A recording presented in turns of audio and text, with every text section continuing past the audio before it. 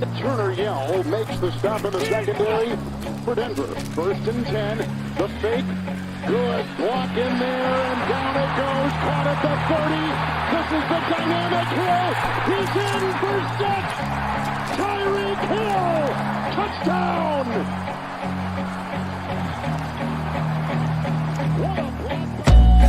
Into your hands, a plan your own hands can land your own brand. And damn, I feel like no one takes accountability. They want the credibility, convincingly unwilling to put in the hours it takes to get some power. Don't be f***ing sour, take a cold shower, scream until you're louder, work until you're prouder, and f*** all the doubters, they're just your downers. I swear to God they all let me down.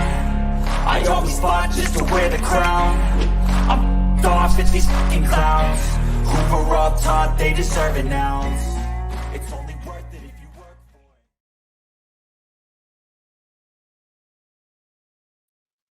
it. Here we are once again, finding ourselves in this mess again. Good morning, everybody, once again. I'm your host, Culler, and it is time for some coffee and a cup of color. Everybody hit the like button when you're coming in. Make sure you're sharing out the video. Tell all your friends it's time to drop the tailgate. And it is time for some color commentary. It is a muggy morning here in South Florida. I'm in Palm Beach County and I'm sweating bullets. But it looks like we're not sweating as many bullets anymore because the Miami Dolphins have signed Pro Bowl quarterback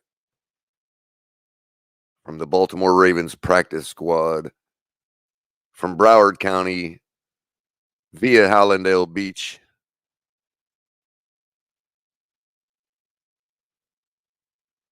That would be Tyler Huntley. I think y'all are familiar with him. We've heard of him. Went to high school in Hallandale Beach, born in Dania, Florida. Another South Florida quarterback coming back home to Miami to play in this muggy weather. Hopefully play. Hopefully not have to play. He comes in with a 3-6 career record and a 64.6 completion percentage. We'll see how that pans out for us. In the news, we had Monday Night Football last night, and we got to see the Eagles and the Falcons battle one out to the end. The Falcons end up taking that one 22-21. Yours truly did, in fact, pick the Falcons on my pick'em. I did much better this week. I mean, everybody knows I about flopped last week. I want to throw out the entire week. But this week I went 9-7. And hey, let's congratulate Kirk Cousins throwing for 241 yards compared to Jalen Hurts 183 to get the prime time Monday night come from behind victory for Kirk Cousins. Do you believe that?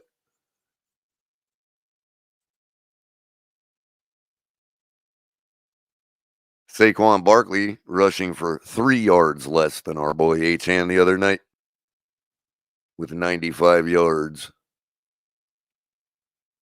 And 1 interception by Jesse Bates for the Falcons. And that's all it takes to beat a team like the Eagles. Good morning again, everybody. I see y'all in chat. Ryan AP, the first one. AP Ryan, as he switched, reciprocated recently. I see Michael K in chat. Second pot of what? Coffee? You guys drink coffee up there? What's up, Tony B? Yeah, Pro Bowl. Yeah, 2022, of course, which I believe was like the first year they started going by the fan vote and all that. So, take it for what it is. Look, I'm going to get into talking about Tyler Huntley and of course our QB1 for this week, Skylar Thompson, which nobody in the fan base seems to be seems to have any faith in.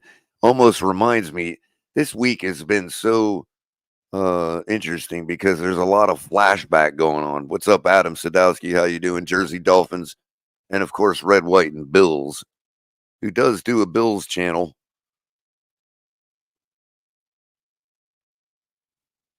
And the Bills fans are just crappy. We need to hold them accountable, make sure they're watching their own content creators. So let's show up the Bills fans. Get over to Red, White, and Bills and give him a subscribe. If you're on Twitter or Twitch or anywhere else, come over to YouTube and subscribe to the Finn's Tailgate. It don't take long. It's free. And hit the like button while you're over here so the algorithm tells everybody that people like us. And you'll see a flood of new people come in. We're a little over 6,000 subscribers, and we are thankful for every one of you. Even the people that don't like us very much. So, we got a lot to talk about. Let me find this thing here. So we got something that looks like some action going across the bottom of the screen.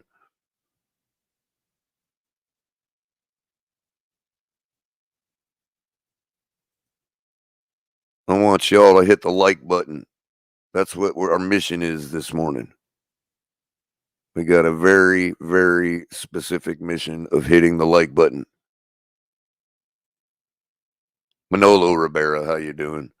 I'm just trying to get back on track. So Tyler Huntley. We'll get into his bio real quick. Get that out of the way. 6'1", 205 pounds. Throws with his right hand. He's a February boy. 26 years old. And he went to college over in Utah. High school, of course, in Hallandale Beach, Florida. We have a lot of people from that particular area in the community. Shout out to all of them. That would not be too far from where his counterpart up in Baltimore was from, Lamar. Which begs an interesting question.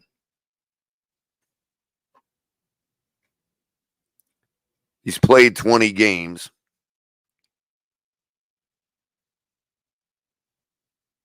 Again, as I said, going 3-6. He did have 2 games in the playoffs. One of them, he was the starter, went 0-1. But if any of you watched that game, you know they actually had a pretty decent chance of winning. So it wasn't like they were out of it. It almost reminds me of kind of like the about the same amount of chance of winning as we had against Buffalo with Skyler. Sounds strikingly familiar. And that's what you're looking at. You know, they're bringing him in to back up Skyler. That's what's been said by the coach. The coach is 100% behind Skyler Thompson, despite the fan base's trepidations. And so, you know, it's go time for right now for Skyler, and we'll see what happens. So, the people over at SI, this article written this morning by Kristen Wong over at SI, reporting, of course, that we signed former Pro Bowl QB Tyler Snoop Huntley, as they now refer to him. And her report ain't much different than anybody else, but it does illustrate a couple points. So she writes, Huntley, 26, has spent the past 4 seasons in Baltimore and earned 1 Pro Bowl nod in 2022. He's a dual threat quarterback expected to sit behind backup quarterback Skyler Thompson when the Dolphins take on the Seattle Seahawks in Week 3.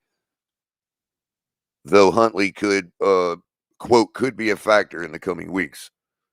The Dolphins also have Tim Boyle on the practice squad. So, point number one that everybody needs to pump the brakes on. Tyler Huntley's been on the practice squad in Baltimore. He couldn't beat out Johnson for the number 2 spot. But he is better in our coach's estimation than our practice squad guy, Tim Boyle. And I'm pretty sure that our coach sees him as kind of pretty much the same kind of thing you can get out of Skyler, although we can talk about the differences in their attributes. I personally think, first of all, Tyler's proven a little more on the field, and secondly, because of more opportunities, obviously. And I think there's some things about his attributes that probably do make him a better overall quarterback than Skyler. But we'll see in the coming weeks how that plays out. He's not a scrub. So she goes on to write, Huntley notably stepped in for an injured Lamar Jackson in the 2022-23 playoff season, going 2-2 in 4 starts and throwing for 658 yards with 2 touchdowns against 3 interceptions. So again, you're talking about people that are like, oh, get him out there over Skyler right away. Why? I mean, they ain't no different. I mean, the only real trash we've seen from Skyler is a sluggish performance against the Jets, a game which we won, and sluggishness in the offseason in camp. Played his heart out against Buffalo, started to play his heart out against Minnesota before getting injured. Obviously, getting injured, I get it. She also writes, he also started in the Ravens wildcard round playoff loss to the Bengals that postseason, nearly helping Baltimore clinch an unlikely victory. Huntley is the latest addition to Miami's 53-man roster in the wake of Tua's recent concussion suffered in week 2. And that really is the rest of the article. Thank you to her. So, I mean, let's not act like this is like, the next coming of Lamar Jackson, although attribute-wise and the way he plays and what he can bring to the table, you could argue is like a discount Lamar Jackson. I mean, I have a hard time. If he put on a number 9, which is close to looking like the number 8, I probably would not even notice the difference if they put him in Lamar Jackson's jersey.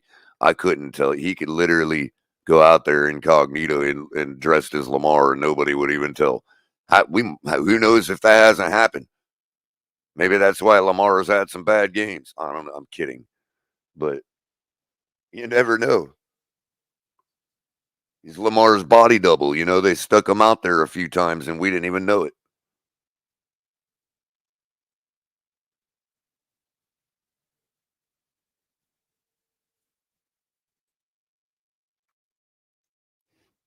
But I'm looking at the guy's paperwork here on Pro Football Reference, and there's just nothing huge to write home about.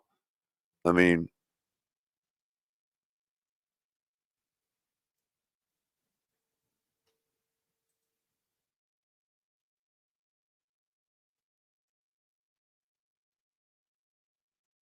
in 4 years, the guy's thrown 8 touchdowns.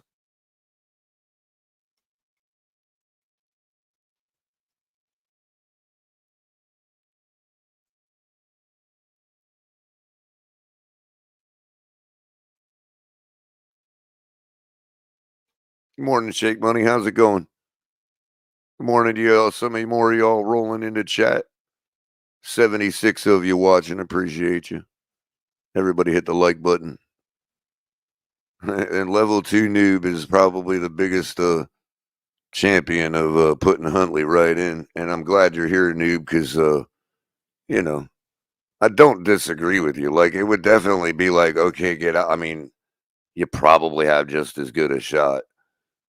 But look, this is what I'll say about the whole situation and what I think is going on. I'm not convinced, and I'm not sure, and a lot of fans aren't, I'm not convinced that we haven't already thrown in the towel, and if Tua doesn't end up returning, that we're, I don't know. I mean, regarding that, that's part of what this week is about.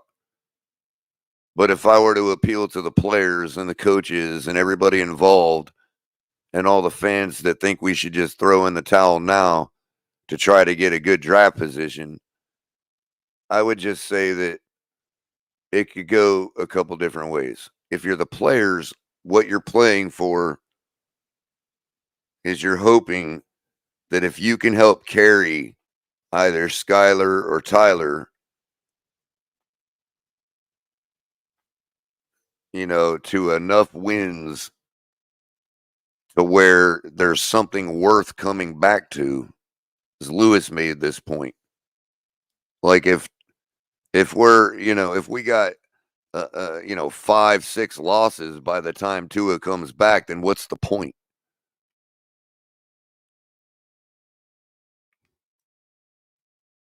So even if Tua is coming back, you as a team have to decide what you're playing for. Or, nobody thinks you're going to get every single win, but can you carry it enough to have something to come back to?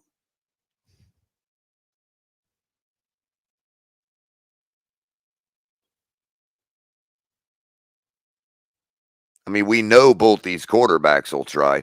Skyler will try because he has very few opportunities left, if not this being the last one, to show, number one, that maybe he's better than everybody thinks, and number two, that he's at least a serviceable backup.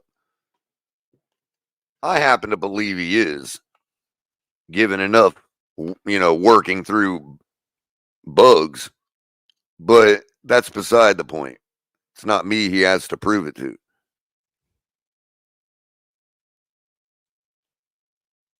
But that's not for lack of trying. So, I honestly believe that it wouldn't have mattered who you had under center the other night. We probably would have likely seen the same results. So, to me, the team would have to cape up for Tua this week, no different than they would have to cape up for Skyler or Tyler.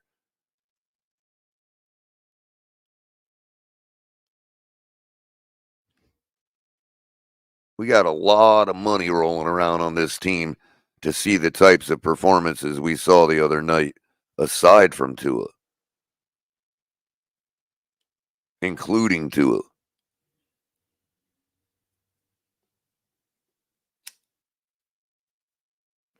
So we can pick apart Skyler. We can be, I don't believe in the guy either.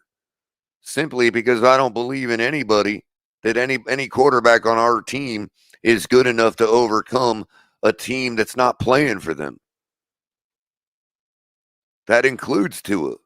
If you're not playing for Tua, we're not going to have success. If you're not playing for Skyler, we're not going to have success. If you're not playing, none of these quarterbacks are the type of the quarterbacks that are going to overcome you not playing for them.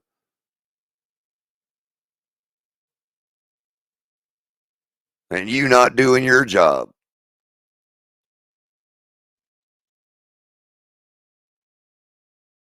We don't have Patrick Mahomes. We have discount Lamar Jackson. Maybe you say what? Discount what? Andy Dalton. And discount Russell Wilson. That's our three quarterbacks. One of them is injured. None of those guys is going to overcome the team failing the way they did the other night. And let me illustrate how we failed. And I want to credit, I mean, you got to give some credit to the Buffalo Bills, but keep in mind that they had a lot of turnover on defense. And I know that McDermott is a decent coach, obviously. But to turn around that quick, I have a feeling we're going to see a lot more holes in the Buffalo defense once they start playing teams that show up for their quarterback.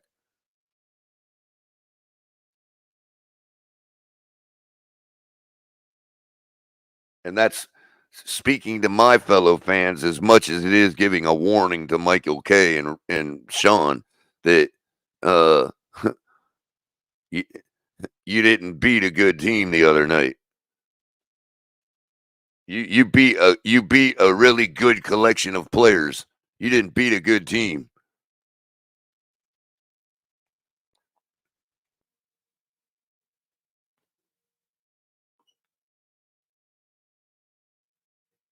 Now, is Tyler Huntley the kind of guy that says, "Hey, I knew I never really was going to have a shot messing around in the AFC North, but now I feel like, hey, a team like the Miami Dolphins, if they were to show up for me with the collection of players they have, could I do anything close to what Geno Smith did? Maybe.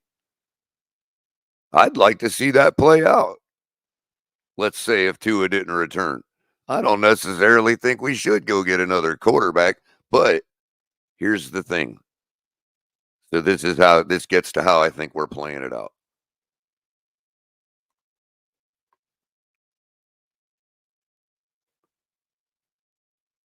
Again, whether it's Skyler or Huntley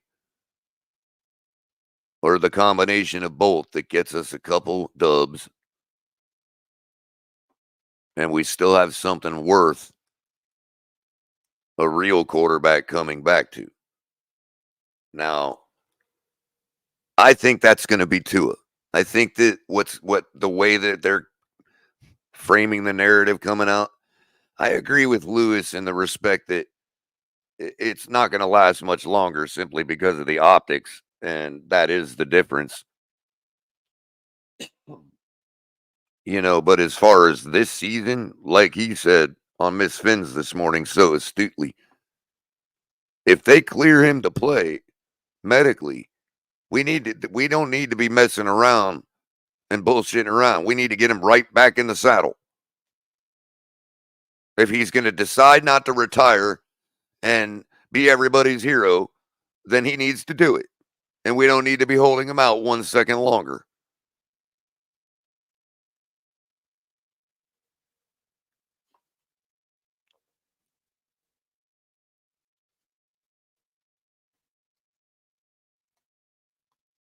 Well, Tony B, that's, you're right. But I still think that remains to be seen. I'm saying that the other night we were not a good team. So the Bills didn't beat a good team the other night. We still have a chance to get it together and be a good team. That's going to be up to the team. And that's precisely my point. So if we're operating in a paradigm where the team fixes themselves and starts playing like a team, then I have every bit of confidence that Tyler or Skyler, between the two, can get us a couple dubs. I don't think the season should be thrown out just yet. And if that can happen, now, the reality is Tua is probably going to come back and he already said he's deciding not to retire. They're likely not going to push hard to keep him out like the NFL and all that, but they could. And this could also be a way for Tua to make sure he gets all of his money.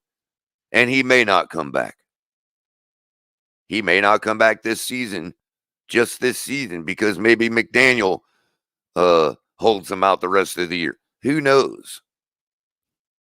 I think there is about a 50% chance that Tua doesn't return at least this season. That being said, no, Tyler Huntley's probably not the guy.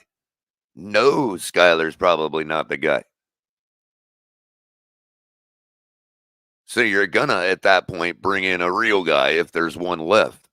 Let's say a Garoppolo. You make a trade to the Rams. A Tannehill.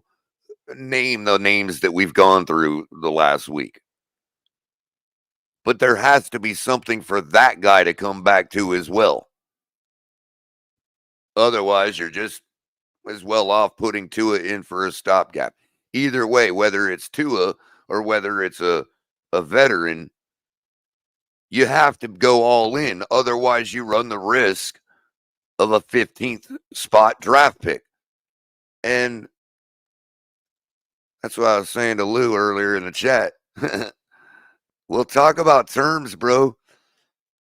If you're talking about playing all 17 games for Skyler or all of the remaining games, if he makes them all, I bet we draft outside the top 10, which would be a foul, which would be a shame. But I'm willing to make that bet. But we have to wash the bet if he don't play all the games.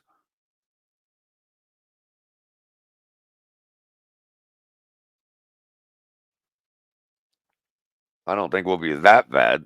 The problem with a guy like Skyler and a guy like Huntley is that we'll win just enough games to not get a good draft spot. That's the problem.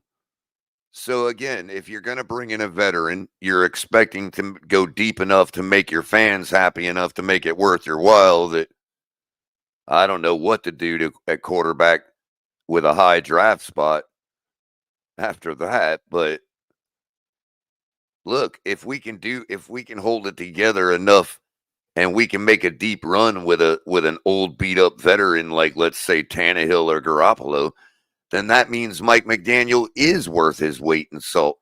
And it really doesn't matter who we draft as long as they're like decent.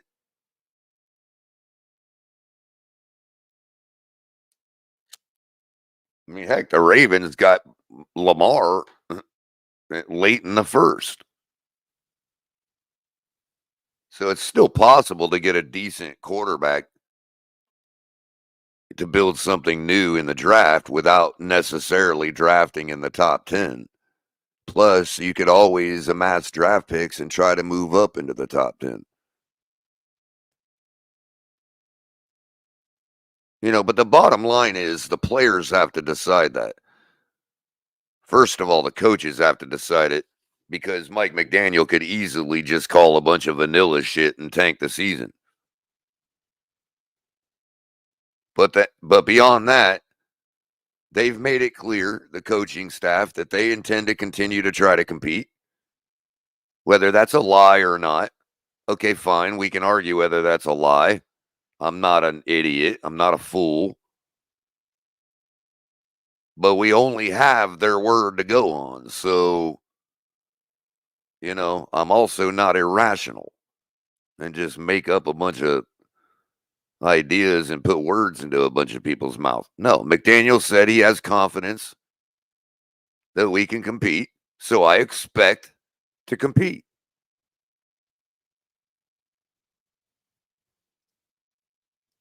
And I expect the players to play accordingly. Look, if our players aren't going to show up, then we're going to lose just like we did against Buffalo in the playoff game. Because look, two of our wide receivers, one of them outright didn't show up. Okay. One of them was there half the game. Okay. And we had a tight end that also was only there half the game as far as catching the football goes. So if they're going to get no help, then it's no different than Tua. People have made this point to me so many times. Why do you excuse Skyler for Waddle dropping footballs, but you don't excuse Tua? Nonsense. I do excuse Tua. If Tua threw those balls to Waddle and he dropped them and we lost the game by 3, I would be saying the same thing. That the players need to step up for Tua.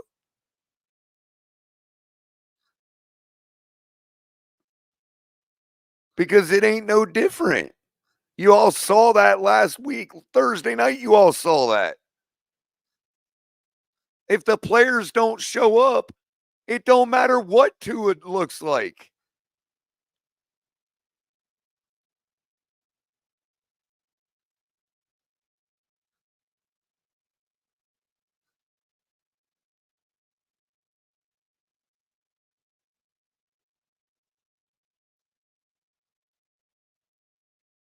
Tua is the best of the three guys we got.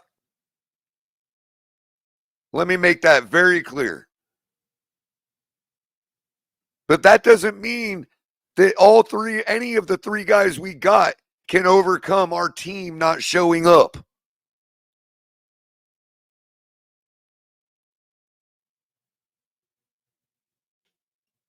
Tua just happens to be the best of them.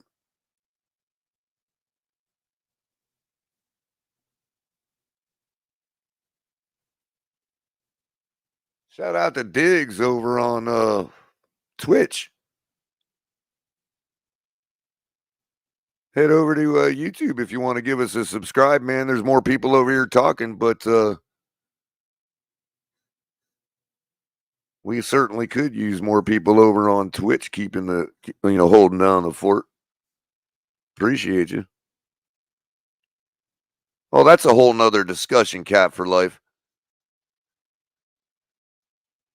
And I don't blame people for looking at McDaniel cross-eyed right now. Look, you gotta, what I'm saying right now, you got, as McDaniel, if you're going to promise the fans that we're going to compete, then you need to be saying this to the team.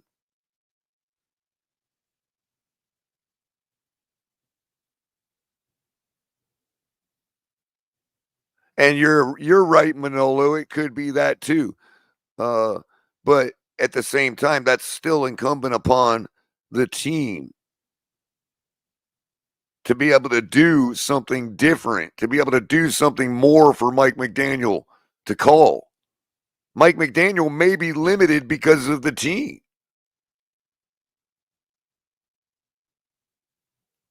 And what they either can or are willing to execute. Now, he may have an issue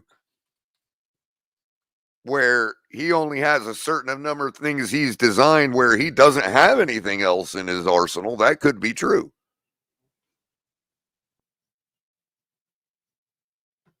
And I think that it's kind of interesting because now you're possibly going to have the opportunity to see him work with two separate quarterbacks besides Tua.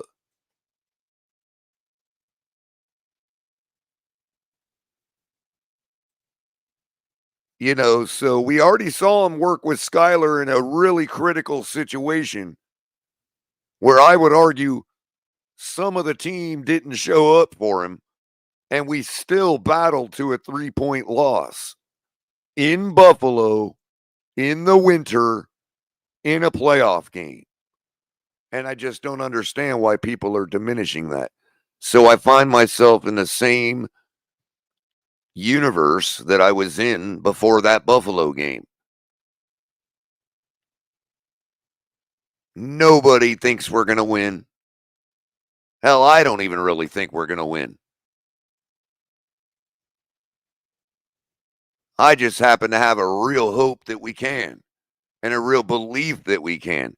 Keyword being we, because I would have to use the same word we if Tua was playing. I still think we can fix the bullshit from the other night and go over to Seattle and get a win if Tua was our quarterback.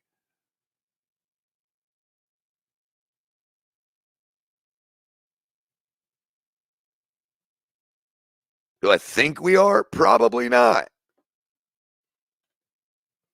If I use the way our team's been playing, then I'd say no, probably not. The money line for us is like plus 240.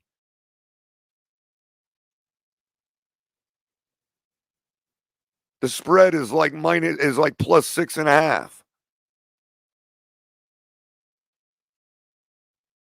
I'd probably take that, by the way, in which I already have.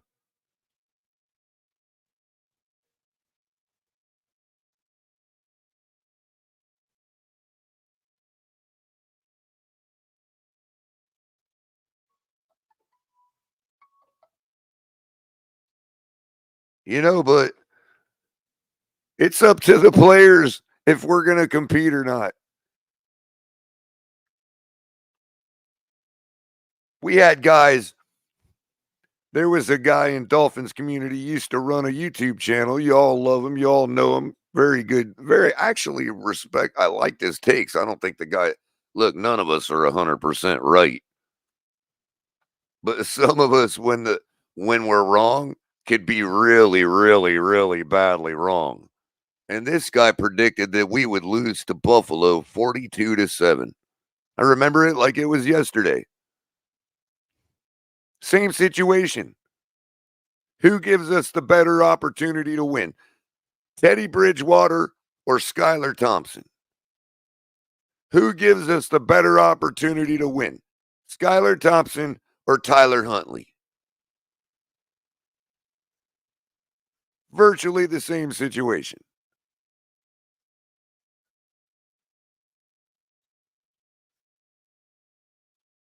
I might even argue on behalf of Tyler Huntley. But I'm not going to be like sitting here going, if Skylar plays, we're going to lose 42-7. Well, I would just ask Larry L if he was listening and happened to be listening. I would just ask how that 42-7 look.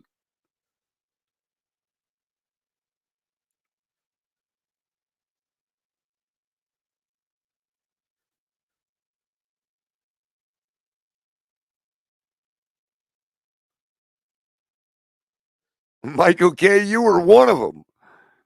Look, he's doing it again. I'm teasing the Seahawks at minus 12.5.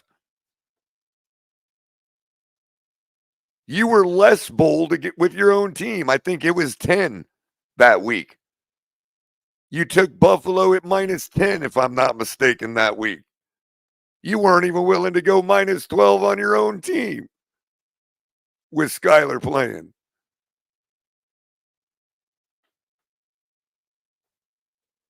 This is so hilarious. Now, do I think you guys are probably going to be right? Absolutely. Look, man, it's still Skylar Thompson. I'm not trying to say that, like, this is definitely. I'm just trying to say what you all are saying is hyperbolic because the evidence is exactly against what you're saying.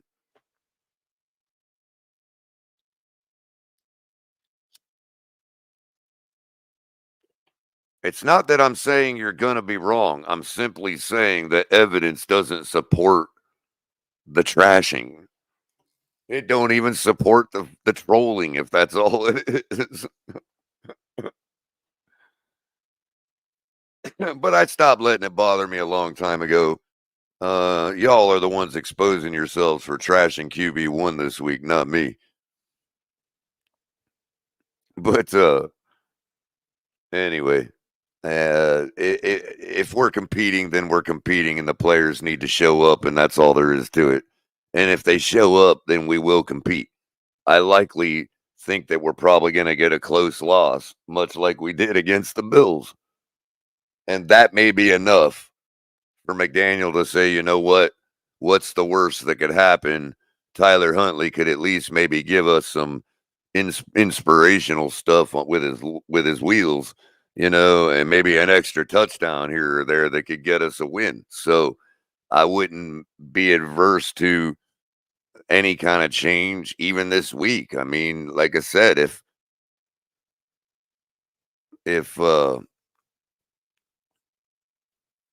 yeah, but I would argue level 2 that Tyler Huntley has proven to be no more competent than Skylar.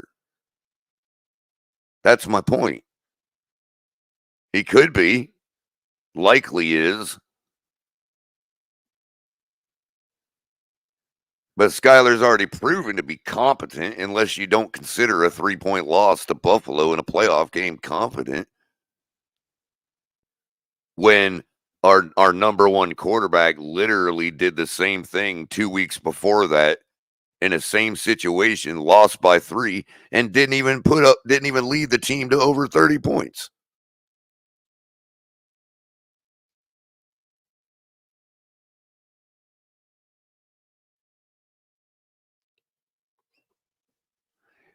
Kevin Lee, yeah, I agree. They're both more mobile than Tua. I would say that Tyler Huntley can probably get out of the pocket quicker. Like when he decides to quicker, and he can get out quicker. You know, I would say that Skyler probably can throw on the run better. Like maybe not better, but more like certain throws he can make more accurately on the run. And Tyler Huntley has a really long draw, sort of like Jacoby. So that's what you're getting. I mean, yeah, Huntley's definitely more athletic.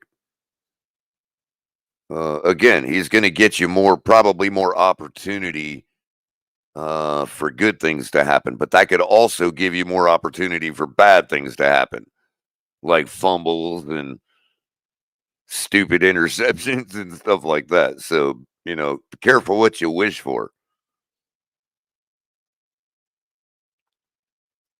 The thing of it is, Skyler's going to give you you know, he's going to protect the football. He's going to do this or that. But you know what? That's probably not enough to win.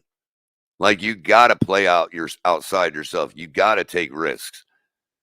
Or you're just going to be a mediocre guy like that, and that's kind of what he is. My whole point is the team not showing up means you're going to get a loss. The team showing up means that 3-point loss could turn into a 2-point win.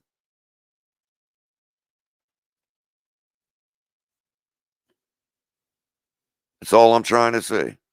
Not trying to say either one of them are superstars. I think Tyler is probably more exciting to watch. I mean, he gives you, look, he's discount Lamar. He's going to give you that Tyrod Taylor. You know what? Tyler Huntley is basically Tyrod Taylor, if y'all want to be real. You're like, how is this guy not good? You know what I mean? But he didn't win consistently, or coaches didn't believe in him enough to give him the starting to make him a franchise guy. But I would say Huntley, you're getting Tyrod Taylor. That's what we're getting. A younger Tyrod Taylor. Now Tyrod Taylor had a season. Well, Billy, yeah, because you're thinking about Tyrod. He had that season with the Jets. You know what I mean? So that's why Tyrod, like most people would say, Tyrod's better than Huntley. Huntley hasn't had one of those seasons, but neither did Geno Smith till he got to Seattle. Oh, context. You know what? You hit it right on the head right there. For those asking about the Pro Bowl, Huntley got into the Pro Bowl as the alternate because of a concussed Tua. That is crazy.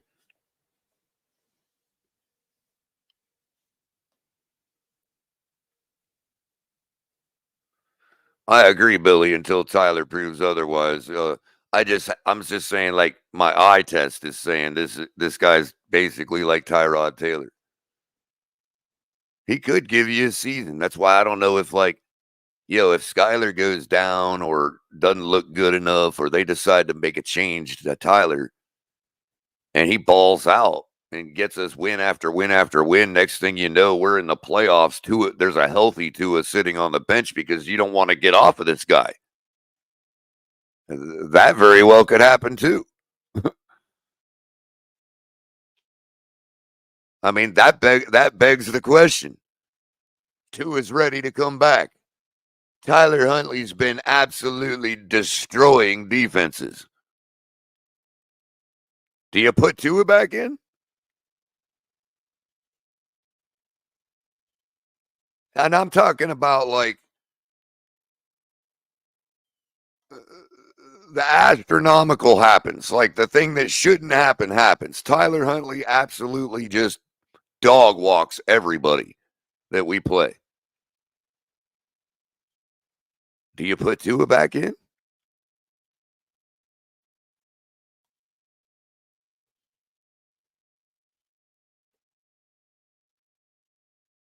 I mean, I know what the going thought is, that an injury don't take you out, but that's all a coach's philosophy.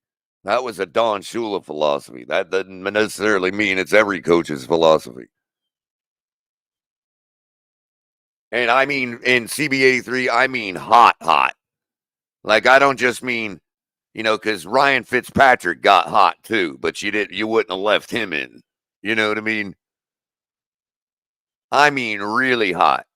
Like, we're putting up 40 a game on good teams.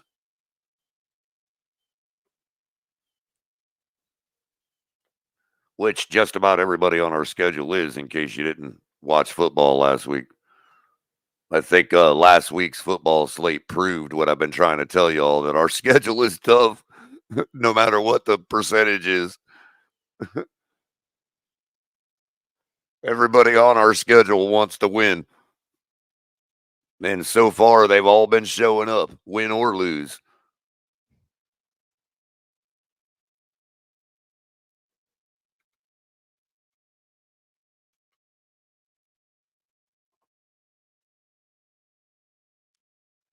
I know it'd be wild context. Other teams have done it. Remember, I don't know how much Alex Smith was costing the 49ers, but they didn't have no problem making the shift to Kaepernick when he started balling. I doubt Alex Smith was making Tua's kind of money, but I mean, relative to that year, I don't even think it was that much for that time either.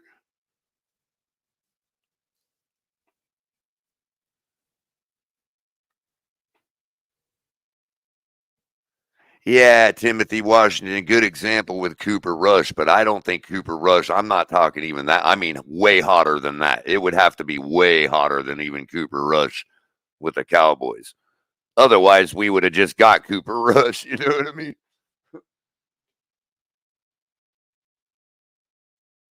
I mean, in other words, it would have to be something surprising, like, oh, we didn't realize that this type of quarterback with his skill set was so perfect for what McDaniel was trying to do, that we start putting up 40 on everybody. That's what I'm talking about. I don't mean like, just hot. No, you put Tua back in because you want to keep Huntley hot too. You want him to have that taste of heat. So he's aggravated that he got taken out. That way, if Tua goes down again, he comes right back in and starts balling again. But I'm talking like, below the elites hot, just below the elites hot, where you could almost start to think about a future with the guy. That kind of hot. It's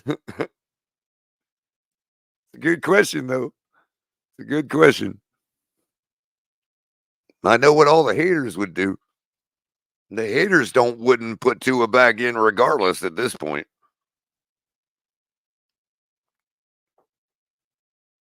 Wow, CB83 is going even a little more liberal than me. Just saying, hey, you don't even have to be super hot, just needs to be winning. Hey, if that's the line you're taking, it's comfortable for me, But you know how it is, CB83. I say something like that, and I'm throwing all kinds of shade on Tua. Look, Tua threw shade on himself the other night. Forget the injury. I'm talking about before the injury. Tua had thrown enough shade on himself. And he'll be the first to tell you that. That's why I admire the guy, because he would be the first to tell you that. Sure, he's going to keep his bravado. He's not going to come out there and tell the public all that, but he'll tell you that. He knows what the hell's up. He wouldn't have got this far if he didn't know what the hell was up.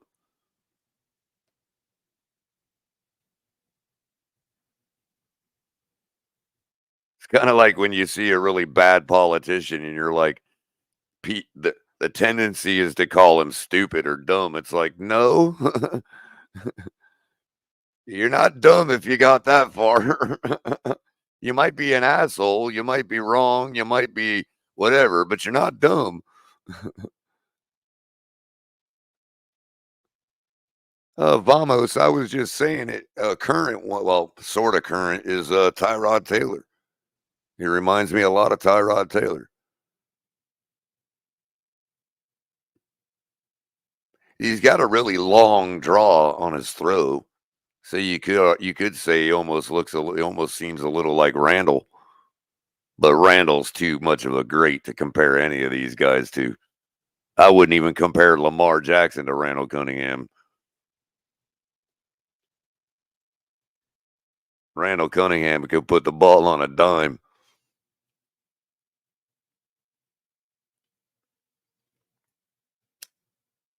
I mean, Lamar can too, but just not consistently. I've seen some gorgeous throws from Lamar, but don't tell nobody I said that. So, Alan Poupart, our friend over at Miami Dolphins Nation on SI.com, says Mike McDaniel, given an update, does not include IR as of this point. He did indicate that Tua was at the team facility Monday. Says all signs were encouraging. And McDaniel provided an update. McDaniel quoted as saying he's downstairs today smiling with his teammates. He's working with trainers and medical staff diligently as far as I'm concerned. You're in the protocol, and I think he's doing well today, and we take it day by day. He was feeling good, but what does that mean in terms of medical diagnosis? I don't base my judgments on my interactions with him necessarily as much as it is hearing the end result of the medical examination and where he's at. So it was good to see him. And I know his teammates were pumped to see him. Man, can this guy just answer a straight question? Like, what did that even mean? I mean, I know what it meant, but not without deep examination.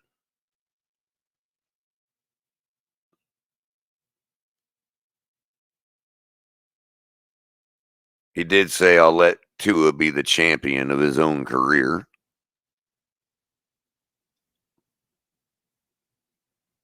Which he already is.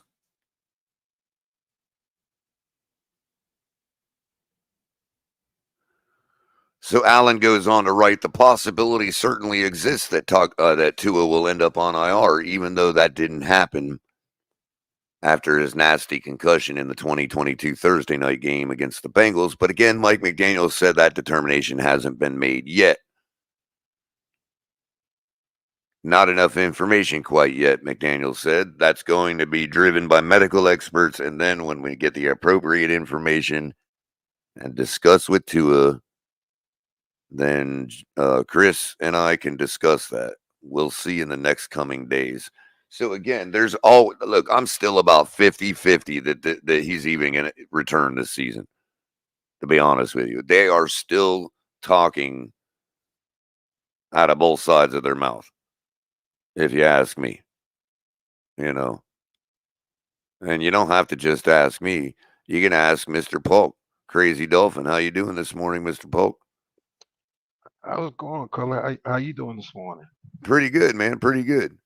Where are you at percentage-wise on Tua returning this season? You think it's happening, or you think it's just a wash at this point? Well, be straight. I think it's gonna happen, but it may happen down the road because I don't think it should. I don't think they're gonna bring him back right away because that's taking a pretty big risk. Because when you've had concussions like that, I'm not saying that he can never return to football, but you're taking a risk. The NFL is taking a risk, so I think they're gonna go through the protocols, and I'm not exactly how that goes, but I think they go going through the protocols and just play it safe for Tua. Right. Well, the protocol, from what I understand, I'm not sure if it requires the amount of time that it actually medically takes to heal that injury. I think the protocol, maybe it's been revised to include that. I'm not sure, but that would be 3 to 4 weeks Okay. of rest just to heal the injury itself. Mhm. Uh, you know, being able to see 2 fingers in front of you and all that stuff can clear up the hours afterward.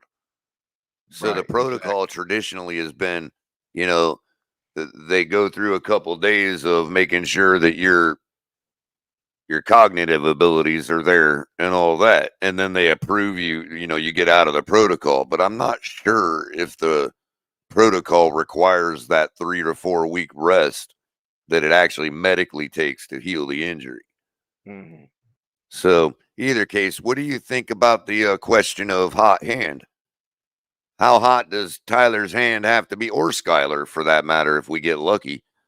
How hot do either of their hands have to be winning wise for them to keep sitting Tua? And how long? Like, could do you ever bring Tua back in if they just keep winning? Oh, that's a good question. Man. Um, Or are you one of those types back like how Shula used to be, that nobody loses their job because of injury? yeah, because really that's what I'm kind of leaning towards, but because of him having this, because of this being his what, third or fourth concussion, Uh or huh. we don't know if it has been any other concussion. Um, it's still the same. I still say don't rush them back. If these guys are playing, well, let me put it this way: if Tyler or Skyler balls out, I say let them keep playing and just let Tua heal, rest and heal up more. I Well, as mean, far as the team goes, they're in a conundrum because if they want Tua to play, and that's what their genuine hearts want for him, then balling out or like actually showing up and helping Skyler or Tyler win could backfire on them, in the regard that it would give McDaniel a plausible excuse not to say, hey, I want to keep protecting Tua's health and his future. As long as these guys are winning, I'm not going to bring him back in. Whereas if they tank, there's not really going to be a good table for Tua to come back to. You see what I'm saying? hmm hmm that's why I said this a tough, this a very difficult situation. It really is. Hmm. I think that's probably what McDaniel would be angling for, and possibly the team. Look, if for whoever out there is like, I don't want Tua to ever play again, then you would actually want the team to show up for these 2 guys, because the more we win without Tua, the less likely they are to put him back in. And they'll rationalize that based on their feelings for his future career. You know what I mean? Yeah, yeah, They'll I say, got you. we don't think he's bad. We just want to make sure he'll be good for the future. So we're going to keep him out as long as we're winning. You know what I mean? Hmm. No reason to bring him back if we're winning, but that also shows that we can win without him. That's the problem. Yeah, In yeah, which case, you almost want to have him kept out, because if you intend on trying to get something for him or trading him, then people are going to want to know that he's good to go. exactly. Rushing him back out into the field to get injured again loses all possible tradability, even if there is any left. Yeah, that's what I say again. This is a very difficult situation. It's Yep. just kind of iffy. Oh boy. So what do you think about Huntley, man? You excited to? Well, I mean, I'm excited to see, if Skyler can prove people wrong. Myself included.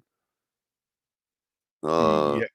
Because No. No. I don't believe Mr. Polk. I'm Hmm. like actually with the other guys. I don't believe he can replicate what he did against Buffalo. Hmm. You know what I mean?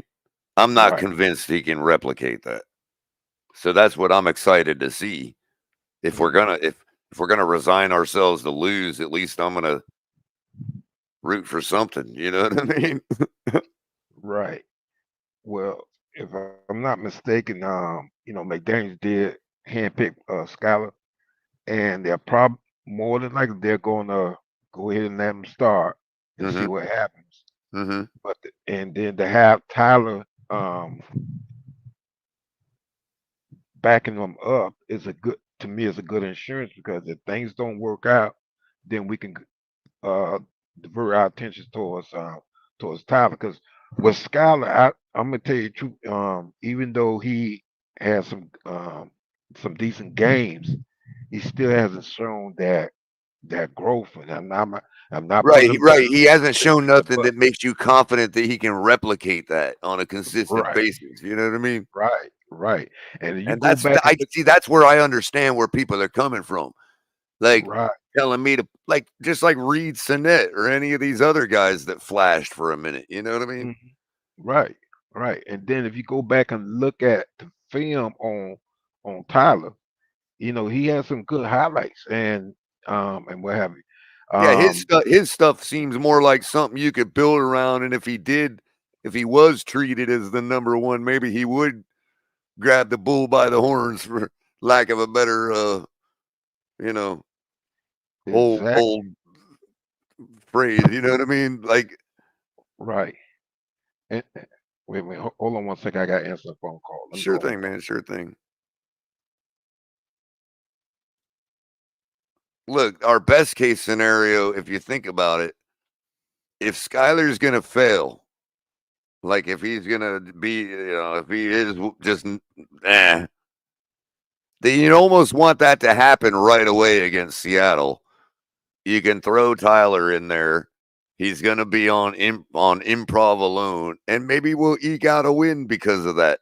And then everybody will be like, "Dang, this is the guy that we need to go forward with." Or even if he came in balled out in junk time, I just don't want McDaniel to be to hold on too tight to Skyler. I understand why he'd want to.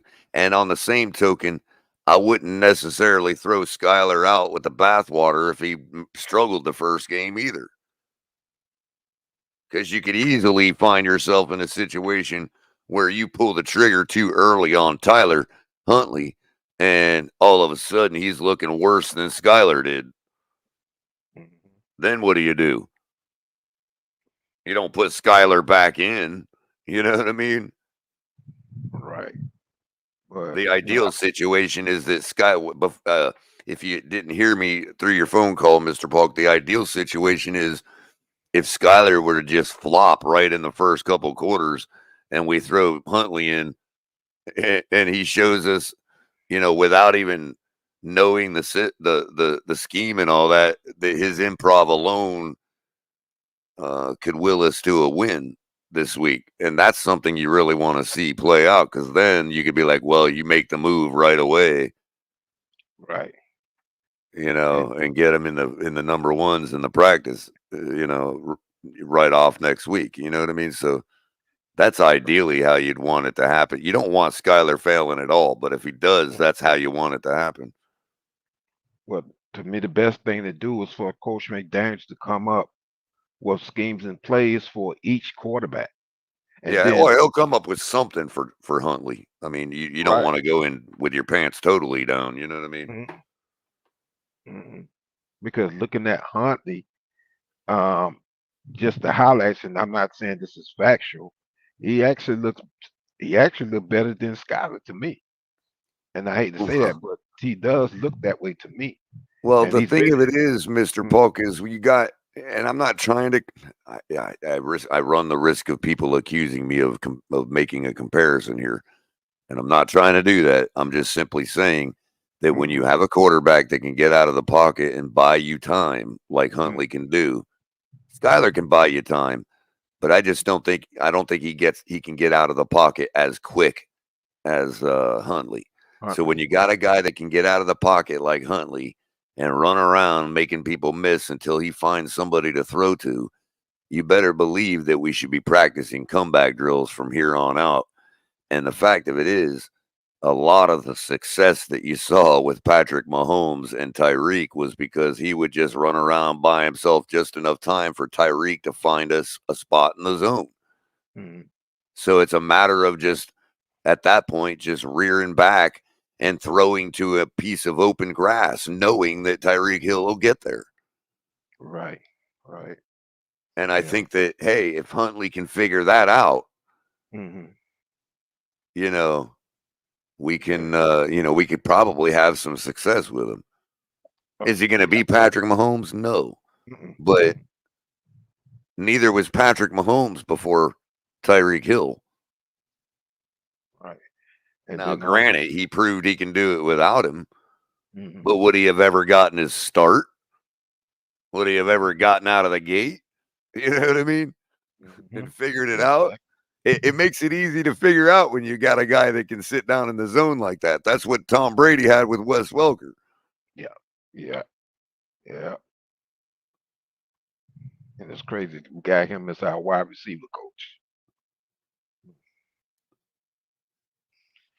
Yeah, so it's going to be interesting because from what I'm seeing, the guy he's a very talented guy. So and I don't like the comparison. I don't like comparisons needed, but they are saying that there's similar to him and Lamar Jackson. So and then Lamar Jackson just endorsed him and was happy to see him go to the Dolphins. And at Well, one that's time we were because trying to get Lamar Jackson. they grew up right down the road from each other pretty much. Yeah, because Tyler's from Dania Beach. He was born in Dania Beach, went to high school in Hallandale. Right.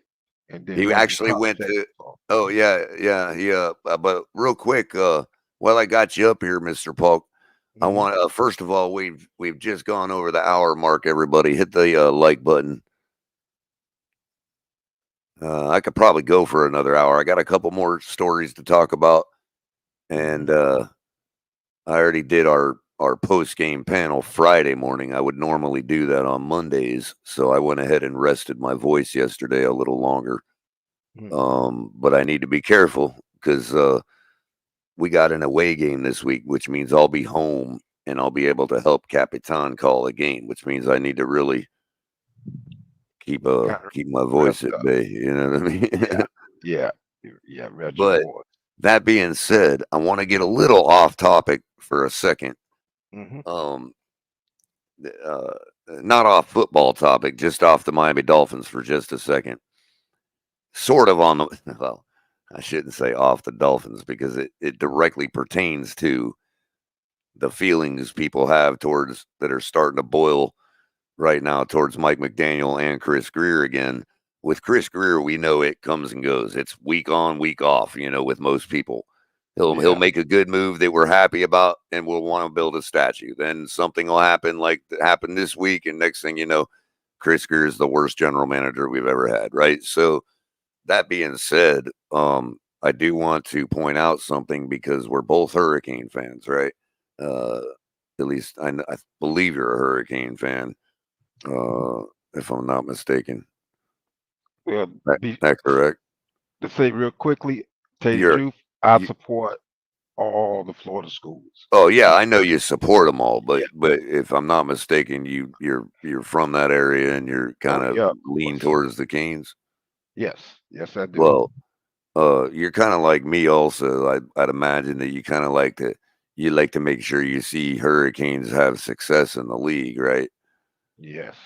Yeah, That's well, one I of my. wanted to point out that there is a Hurricane that's been balling out quite a bit over in Chicago with the Bears on defense. He's a defensive back, plays corner usually. Uh, by the name of Tyreek Stevenson. Have you heard of this guy? No. Born in Miami, Florida. Mhm. Went to high school at South Dade, Miami Southbridge. Okay. Went to the Hurricane, went to Georgia and the University of Miami. He got drafted as a Hurricane by the Chicago Bears Oh, okay. this year, Wow. right? And he's Mm, already in 2 games put up 9 combined tackles, 6 solos, 3 assists, mm, 1 pass defense in the game against Houston, and an interception with a 43-yard return for a touchdown and 2 passes defended against Tennessee last week. Or I mean, Tennessee opening week. This guy, the reason I'm aware of him and have been following his early progress, which looks pretty good getting out of the gate, just like most Hurricanes do. mm-hmm. This guy happened to be, if you go back to draft night, and you can probably watch our show coverage that night, and even there, because I did mention the guy's name because we were on the bubble that night, and I forget which round, and Tyreek Stevenson was the best corner still on the board, best player on board Uh-huh. at the time. And we were talking about how we were sure that we were about to draft a defensive back. You know, Xavier Howard's replacement, if you will. Right. And so I saw, well, dang, the best corner left on the board is a Miami Hurricane. Shouldn't we just go ahead and draft this guy? We probably should. We're probably going to do that here. Uh-huh. And we didn't. We decided to go with another player. Do you know who that player is? Mm. It's okay if you don't. No, no, I don't. But I got. Still, I'm gonna be very surprised. Go ahead, go. A gentleman by the name of Cam Smith. Oh boy. Mm, agree. Okay. Mm. And I was baffled by it. I thought, wow, they must know something I don't know. And once again, we find out, no, they didn't know something I didn't know. I know hurricanes. That's what I know. And Mm. there's one of them balling out in Chicago right now that should be a Miami Dolphin. Yeah. Yeah. I see what you where you going, Color. So I'm not saying whether I'm in or out or off or on Chris Greer. It's just another piece of evidence for anybody that wants to chomp on it. It just occurred to me when I was watching Chicago play the other night and watching this corner shut everybody down that came his way. Go back and watch the game if you get to watch if they show the short version, later in the week. Go back and watch that Chicago game. You'll see what I'm talking about.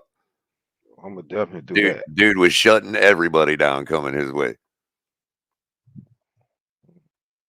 including Stephon Diggs. In case you didn't notice Stephon Diggs' performance the other night. Okay, Stephon did that says a lot there. You shutting him down. I mean, pass defense is like it's crazy, man. It's just yeah, and I'm just like, wow. What is Chicago ever going to do with them but make their fans believe they're going to win a few games because of good defense? Meanwhile, our guy can't even get on the field, man. Mm. So Yeah. I wasn't trying to rub it in. I just, but I know that you like to, you like to follow Florida guys and how they go about, how they progress in their careers. So I kind of figured it'd be apropos while you were up here to bring Tyreek up. I was gonna save him towards the end of the show, but since you were up here, I thought it would be a good idea. I appreciate that because I do try to keep up with the Florida guys, regardless of what teams that they're on. And with him being on UM, I guess he slipped under my radar. So I'm And definitely the try to guy, go back and look at the film guy, on him. the guy is 6 foot and 205 pounds. Okay. Okay. So, well, I was going to move on to ESPN has put out their week 3 power rankings. Uh-oh. And I was a bit surprised. Not surprised that where they put us, but surprised that they would put us there, because most of the time when a team's having problems, the people that put these ranking lists together get lazy and they just put those teams at the bottom. You know what I mean? Mhm. But that's a real problem with the NFL. That's why I'm using ESPN's rankings, because ESPN did me all right last year with their analytics and projections. So I'm going to try them out for another year till they just make me look like such a fool that I can't use them no more. You know how it goes. Sources, Yeah. right? Yeah. Anyway, which, by the way, it's a shame, because they have us projected right now for like 6.8 wins. That might have gone up since we signed Tyler. So I'm going to check it right here with you guys on the show to see if that's changed at all. But surprisingly, the ESPN power rankings has us only falling to 17th from the 9th spot. Wow. I see. I was kind of expecting us to be a little further down than that. Well, let's read what they have to say. It says most important backup / role player, QB Skylar Thompson. Thompson beat veteran Mike White for the backup quarterback job this offseason and will likely be thrust into a starting role in week 3 against the Seahawks. Dolphins coach Mike McDaniel said Thompson won the job based on the team's response to him in a preseason game, and that Miami has the utmost confidence in the third-year quarterback. Thompson started 3 games as a rookie in 2022, including a playoff clinching win over the Jets and a playoff loss on the road in Buffalo. It's unclear how many games he will be needed for this time around, but the Dolphins have an offense full of playmakers to support him. And that's per Marcel Louis Jacques over at ESPN. Okay. I mean, it's a good analysis. I mean, look, the guy, again, I remember a lot of people saying he can't even beat out Mike White. Well, he beat out Mike White, this time.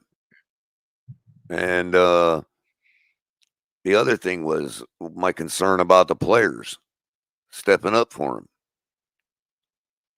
which was evidenced by some of the lackluster stuff we saw in that Buffalo game. Mike McDaniel says the reason he won the job is because he liked the way the players stepped up for him during one of the preseason games. Okay. So there's McDaniel addressing that concern right there. Whether that's a lie or not, I don't know. Whatever. I'm sure he wouldn't say the opposite. But the fact that he chose that reason means that he's got his finger on the temperature correctly. You know what I mean? Right. Exactly. Exactly. So that's kind of encouraging, I guess. Yeah, I mean, for Scott, like I said, for Scott to be still on the roster, and Mike White really is more of has more experience than Skyler. So for them to keep Skyler and let Mike White go says that I guess they see some potential in him and what have it. So and then to bring in Tyler is that makes me feel a little more secure just in case things don't work out with Skyler. Then we can kick the tires on Tyler and see what happens. So that's Right, just right. yeah. Yeah, absolutely. And there was something else here. Where did I want to go? Oh, right here. Where did they put that dang thing now? Oh, right there. Power index projections. Okay, so we're checking the updated projections now that all the games are in this week and all that. currently ESPN Analytics has us projected now for 7.2 wins and 9.8 losses. So we're looking at 7-10 at the moment, with a current 1-1 record, that 19.3% chance to win the playoffs. Let me remind everybody that we're only in week 2, and plenty of teams can go from being projected with 7 wins to being projected with 10 wins in 1 week. Yep. But I just wanted to actually be fair and point that out. Current efficiency rankings. Let's see how we're looking. Overall, the Dolphins are ranked 29th in total efficiency. On offense, we are ranked 26th in efficiency. And on defense, we are ranked 24th. Okay. Special teams, we are ranked 16th. So actually, average getting the job done there. You don't know our rankings as far as special team from last year, because I want to count. I could tell you our efficiency ranking on special teams for last year would have been, let's see, we were ranked 12th by the end of the season. Okay. So there's a few of the numbers from ESPN Analytics. One other number I wanted to get into real quick was our offensive line win rates, and defensive line too.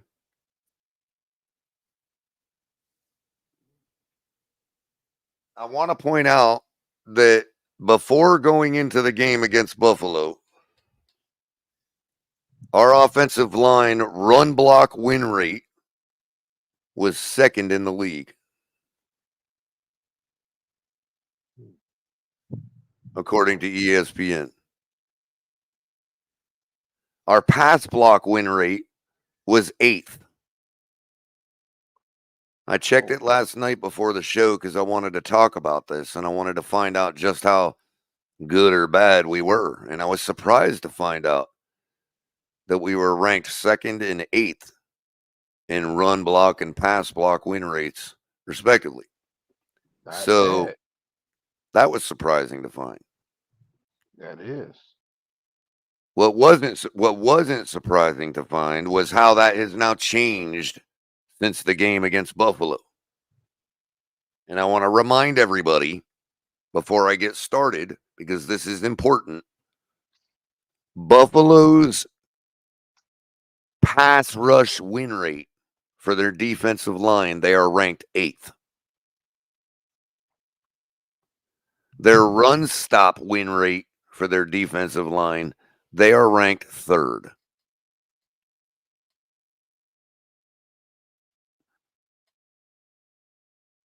That's the defensive line we played the other night. So I would expect those rankings for our offensive line to drop. Yeah.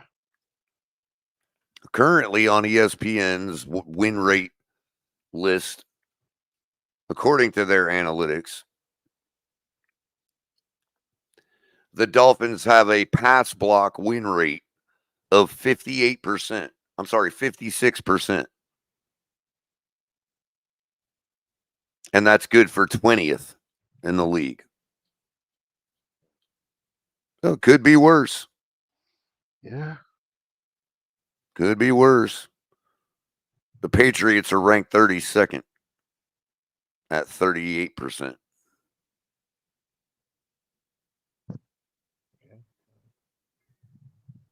Season's still early, so. Now you might think, oh, 20th. That's pretty rough. But the difference between 20th at 56%. And the 16th ranked Houston Texans are at 59%.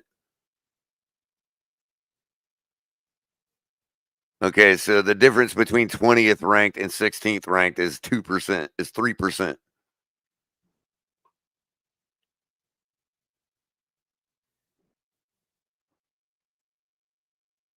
And the 10th ranked Dallas Cowboys are at 66%. That's only 10% higher than us. Our run block win rate after Buffalo is 74%. That's good for 7th rank in the league. Okay.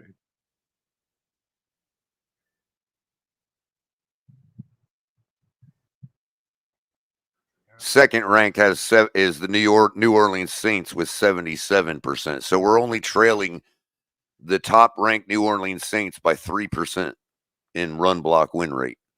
So that being said, first of all, the offensive line ain't as bad as everybody thinks it is. And secondly, it seems clear what we need to do this week. Wouldn't you agree, Mr. Polk? Yes. Number one would be get our quarterback out of the pocket when we are passing. Mm-hmm. And number two would be to run the damn rock. Exactly. You run the rock until you can't run it anymore. You run the rock so much that your percentages for run block win rate can't even change because you got so many runs. Yeah. We got the ponies to do it. Yeah, sure. We should have. I don't know what the latest on Mostert is. Oh. But if you factor in Jeff Williams, Jalen Wright, and Devon Achane, we got the horses to do it. Exactly. We've got an offensive line that blocks it. The 7th ranked win rate. And that's after playing the Buffalo Bills.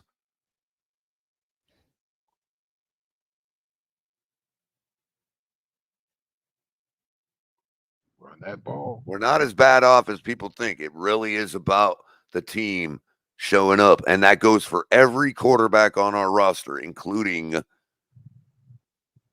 the Samoan sniper. Yeah. Makes me feel a little more confidence in our line. Yeah, I mean, they ain't like, see, people get comfortable with those narratives, Mr. Polk, so that when anything goes wrong, it's immediately, that. And yeah, you can point to certain plays where it's like, oh my God, that guy got beat. But we could do that for every team. Yeah. Yeah. Matter of fact, somebody did because they wanted to point out how bad Jesse Davis was. I saw a clip of Jesse Davis getting beat yesterday on whatever team he's playing for. Oh, the Bengals. Oh, okay.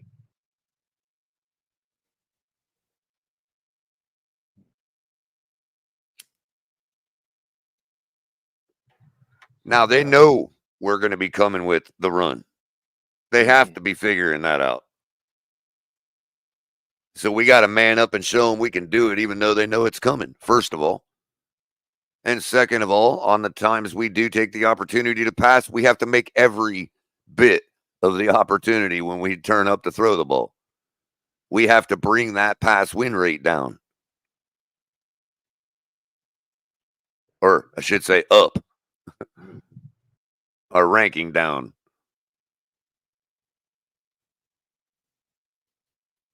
We got to get back to where we were last week in the top 10. But that doesn't take much. I mean, the difference is 10%. And our backup is going to need every bit of it. Mm-hmm. That's real.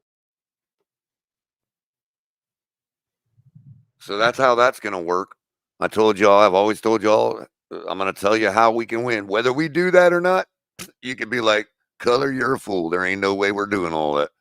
Fair enough. We have to, Mike McDaniel has to show that he's willing to call a game like that.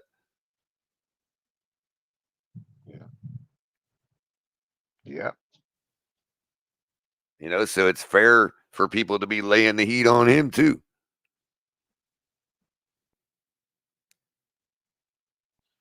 Yeah. But that's the only way we're going to win. If you wake up on Monday morning and we have a W, it's because we did all those things. And we got, of course, on defense, our secondary, we need to get pressure and on the line, obviously, but our secondary needs to realize that they've got one of the best receivers in the last 10 years in Tyler Lockett. And they got, DK Metcalf, not to mention the new boys that brought in. One of them I think is a beast, if I'm not mistaken. And I agree. NFL Lit says we need to get number 25 more involved. Absolutely. If you're going to run anybody until their wheels fall off, make it the rookie. Yeah. Put it in Jalen Wright's hands. Let him do his thing. He's gonna. I mean, it's inevitable with a guy like that. If you keep pounding Jalen Wright, he's gonna break through. Those couple shoestrings that stop a guy from taking it to the house. One of those is gonna get broken through. Yeah.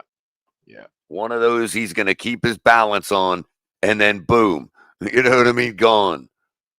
Yeah. It's just inevitable. Achan, the same thing. He's going to make the right sidestep and run through them shoestrings and break one. It's inevitable. Yeah. But it ain't going to happen if you don't keep feeding the rock. That's what you got. I don't care how ugly it looks. Keep feeding it. Seems like we do really well off tackle, too. It's been that way for a couple years, but we get away from it, man. Seems like we really, really do well right off the edge, man, or right through the edge.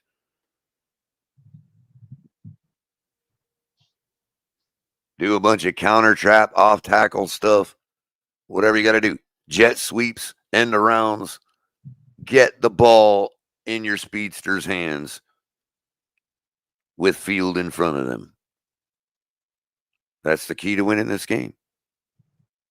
If we do that, Seattle can't keep up. Nobody should be able to keep up with our offense. It don't matter who's delivering the ball, as long as the ball is getting delivered.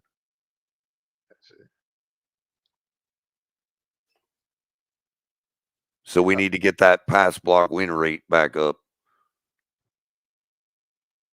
We were at, when I checked it last night before they updated, on a connection loss. Can you all still hear me? Yeah, because I'm having that problem with mine too. Right before they updated it, when I checked it last night, we were at 78% win rate on pass block.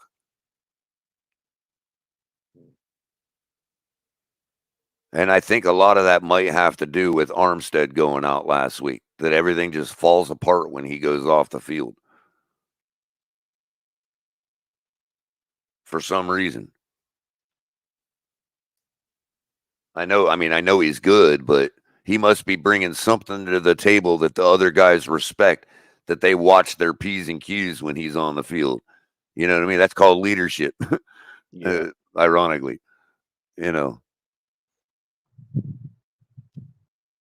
something changes when he leaves the field. It's like they take a big breather. Oh, now we don't have to be as perfect. No, you still have to be perfect, man. Everybody's still watching. Just because Armstead ain't there right next to you to bop you on the head, everybody's still watching. I agree, Red, White, and Bills. Excellent analysis that should have taken you weeks of deep diving on these stats and reading all the books and all that to come to the conclusion that, yeah, if we score more than Seattle, we're going to win the game. Excellent synopsis there, Sean. Perfect. Yeah, Sean's is a real good one. He's a real good person. It's a matter of how you score those points. That's what I'm talking about. Own the clock, own the trenches, run the ball.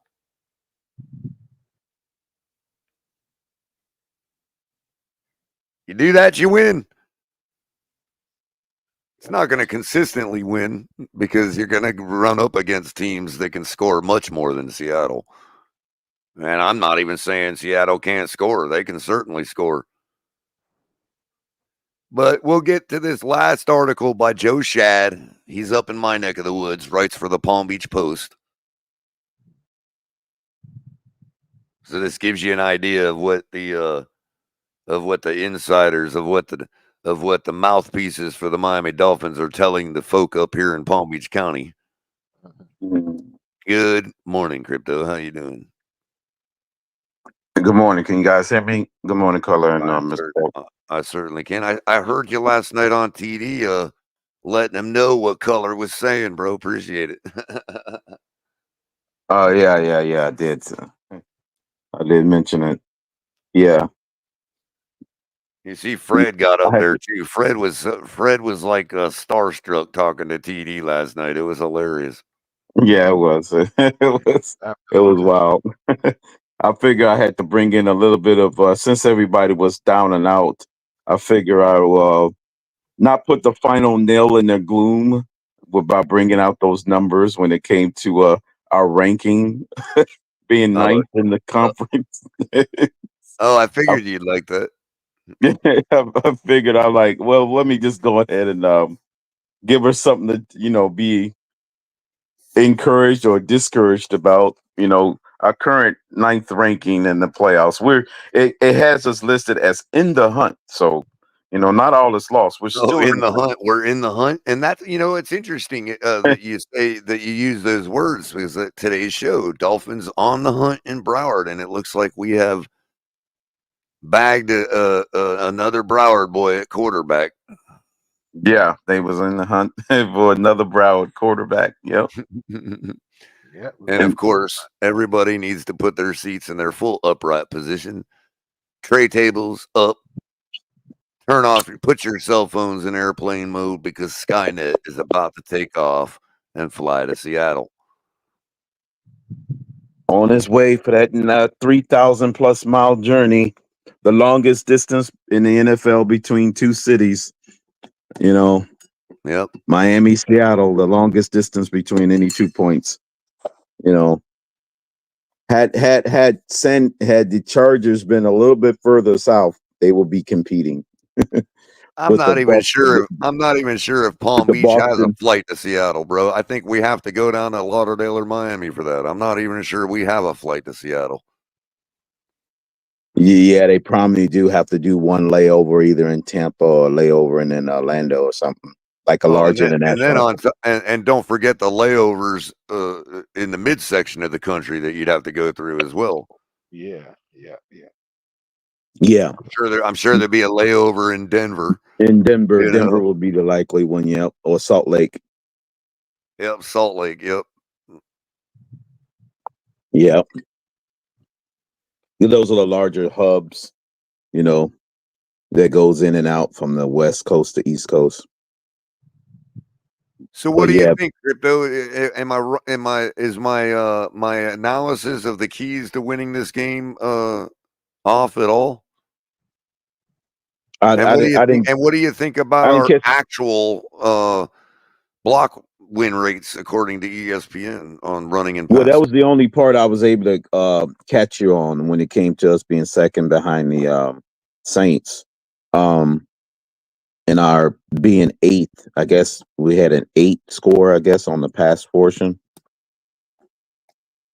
Was that the score or the ranking? Well, that was before everything was updated this morning, so that would not have included the Buffalo game. Now that the Buffalo game's included, we have dropped to 20th ranked with on pass block win rate with a percentage of 56%. But 10th ranked Dallas Cowboys are at 66%.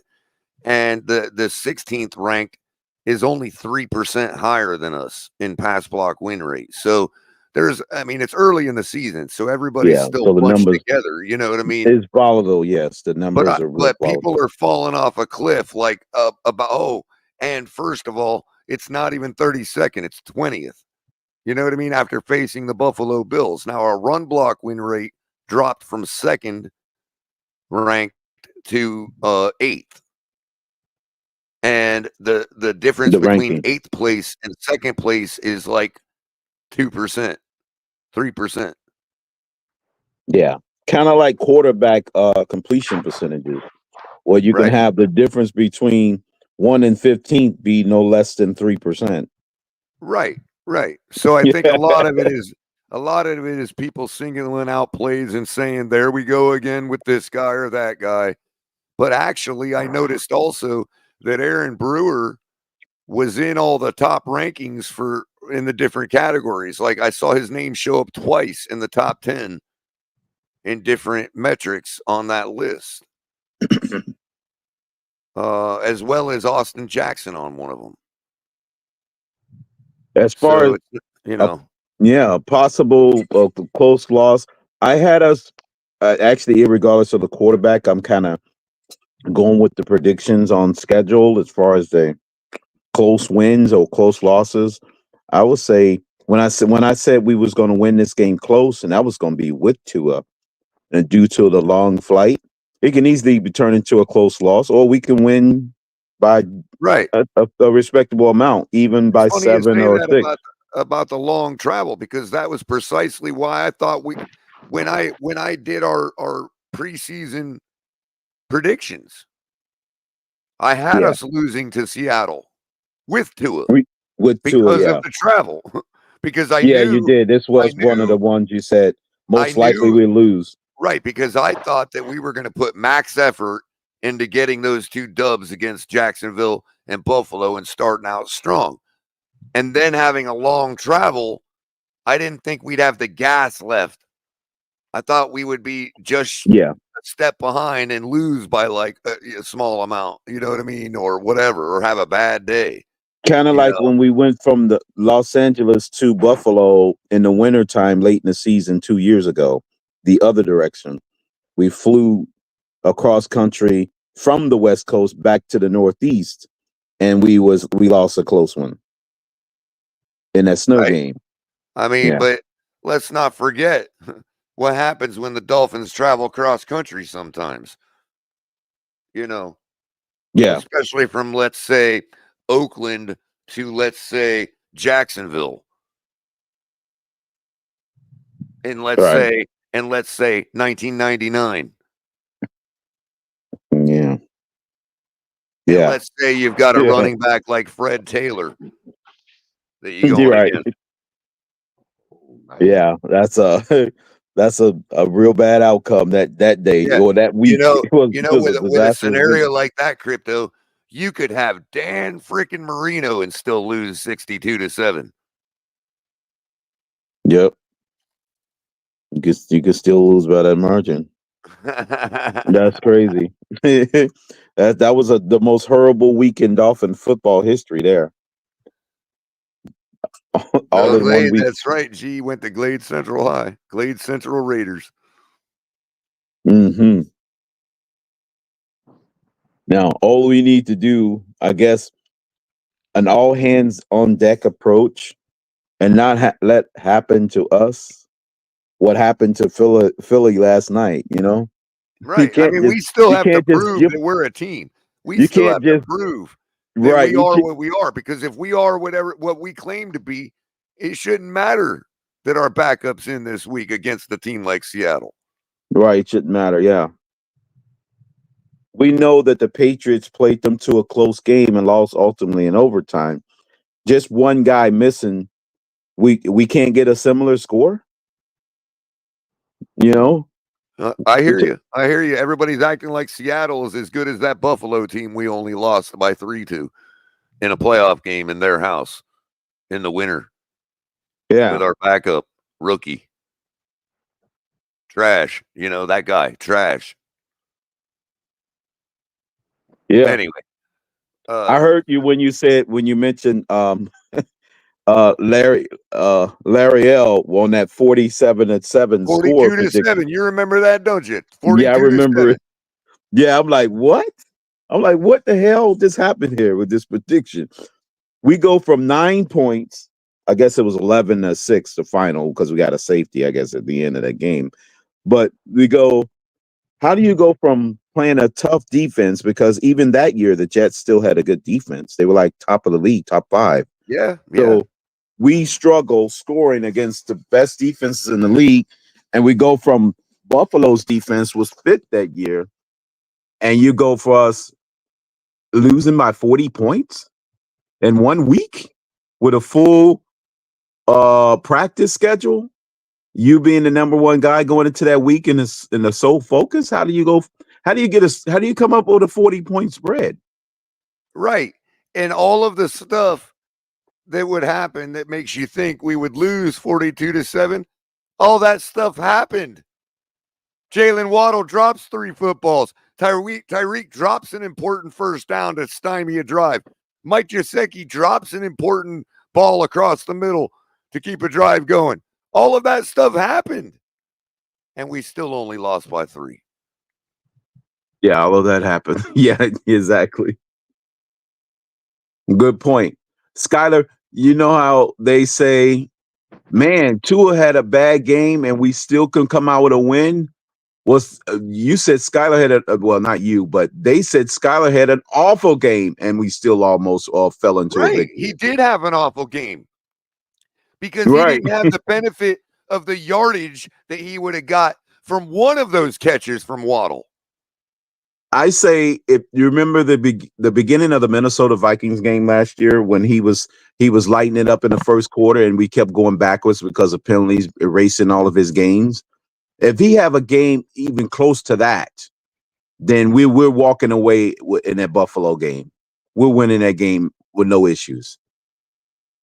All he needed to do is play the same way he played in the first quarter of the Vikings game. And I also agree that given the same performance of the first quarter and a half that game, if we get that this week and our team shows up, we're wiping the floor with Seattle.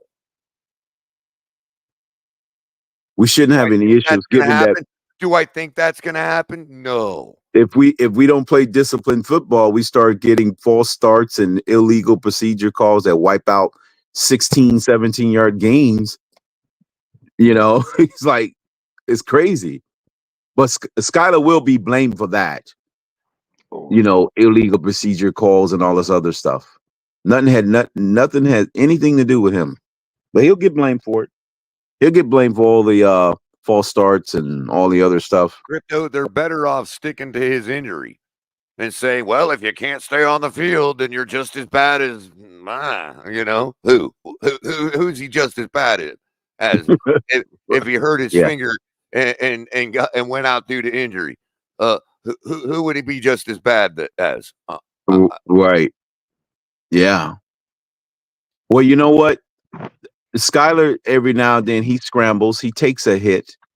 Are we going to psychoanalyze every hit on the behalf of Skyler and say he was possibly concussed because of his bad throw late in the game? Are we doing? I just want to know: are we going to do that for Skyler? How many people will have a little heart attack if they see Skyler dive for a first down? Or even when he gets hit and then he starts playing, are they going to rewind the tape and say, "Oh, he must have been concussed. That's why he threw that interception." That's right. No, we got to do that for every quarterback now. We need to do that for Huntley. We need to do it for Skyler. Oh, he was possibly concussed. How many times has Daniel Jones been concussed? Yeah, we need to start doing that. It's crazy. I can't believe it was starting to creep into the discussion on the last week in the Buffalo game. It started this morning too, and I tried to shut it right down, man. I'm sorry. That's just, oh man. Wow. I can't even believe they're going there. Right. I can't even believe it. Because even if you talk about that interception, wasn't that the third interception anyway? Yeah. Already? Yeah, that was the third one. Yeah, it was already the third one. Yep. Yeah. The pick six was the now third we're one. gonna. You know what? They are actually going back to Jacksonville, Crypto. Jacksonville. Yes, I actually heard them discussing if there was something that possibly could have happened in Jacksonville against Do they Jacksonville. know that makes it even look worse for Tua if he's even getting close to being concussed on don't minor, care. small, casual hits? They They're don't care. making it worse for him. They'll cross that narrative hurdle when it comes. They don't care. They'll just lie about that too. Jacksonville, what on the drive that Skyler kicked a 52-yard field goal to win the game?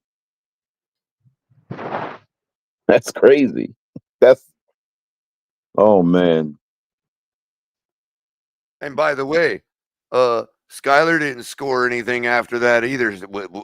Should we look at all his hits too? Yes, right. Yeah, he did. Maybe he was concussed from a hit in practice he took that He was in a 21-point hole, had to take over the ball at the 5 or 6 yard line, and had run the ball 2 plays, and then he had to throw the ball 2 extra plays on 3rd and 4th down that killed that drive. I mean, we got the ball back. For people to tweet that kind of stuff is one thing, Crypto, but to listen to intelligent adults sit there and have a conversation about it, just blew my mind, man. I'm like, I can't believe this is happening. Like, possibly he got injured or some sort of injury in the Jacksonville game. Whoa. That's what's been creeping up. That's next level, man, Mr. Polk. That's some, you want to talk about cognitive dissonance. Talking about, man, jeez. Man. There's just no way that the left arm of God can throw an interception, dude. It's impossible, Crypto. Yeah, it's impossible.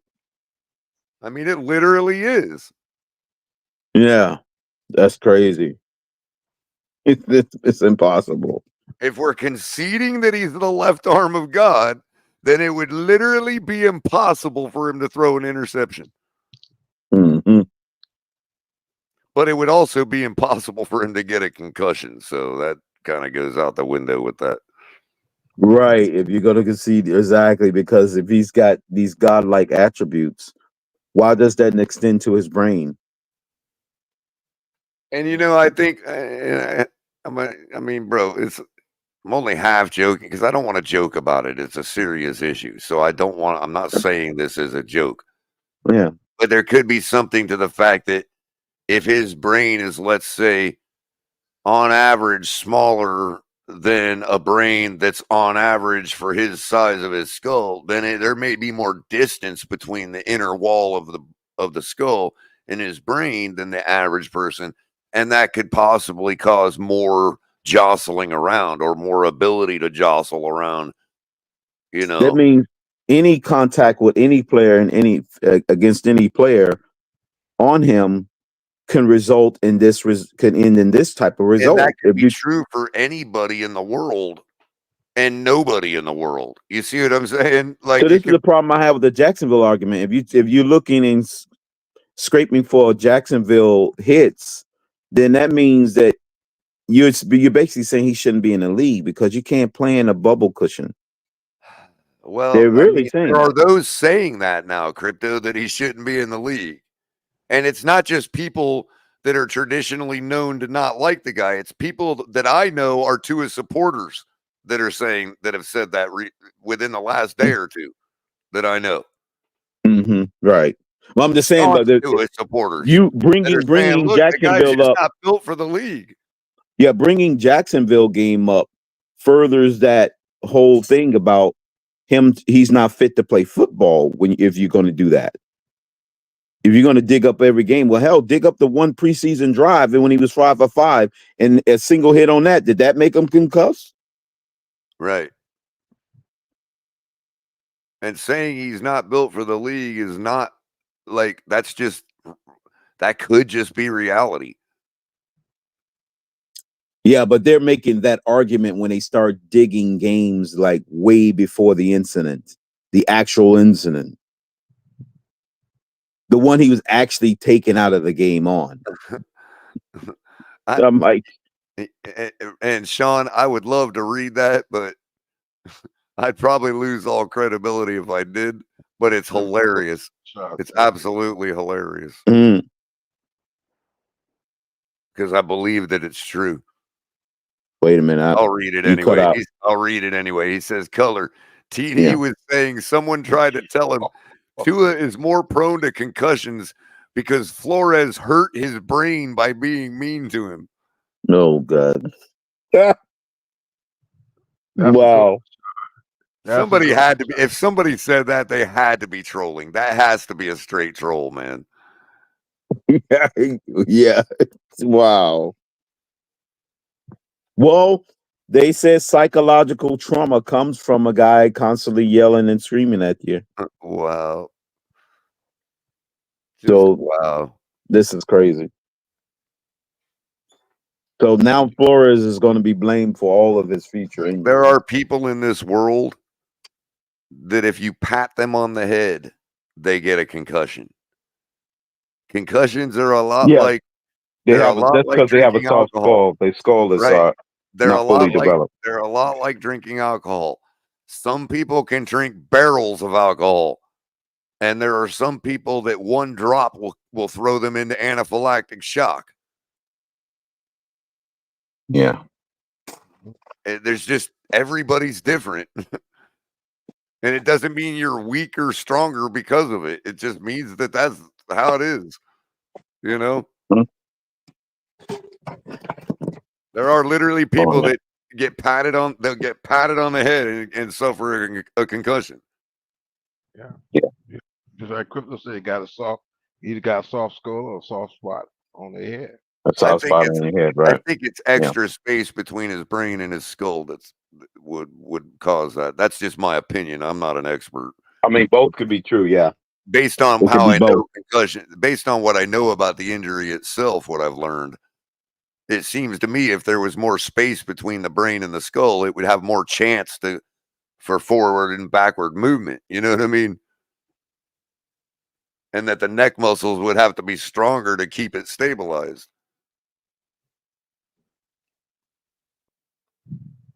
Miss Finn's made a great combination of both. Yeah, Miss spots in the skull or that too. Yeah, Miss Finn's made a great point. The muscle. I knew context was going to say that. No, I'm not saying that context. See, this is why you run the risk of even having this conversation. You know what I mean? But anyway, Miss Finn's was saying that the neck muscles are like so important, and yeah, they tend to be the strongest in your body, and there's a billion of them because if you've ever strained a neck muscle before, you realize really, really quickly how heavy the human skull is.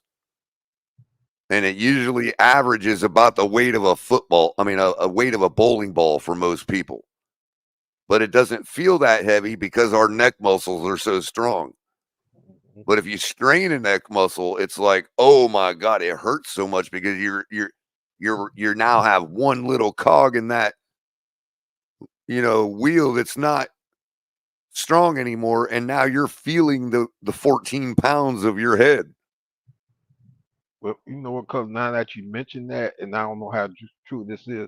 Years ago, I had read an article about this tribe that put these rings on layers of rings around their neck.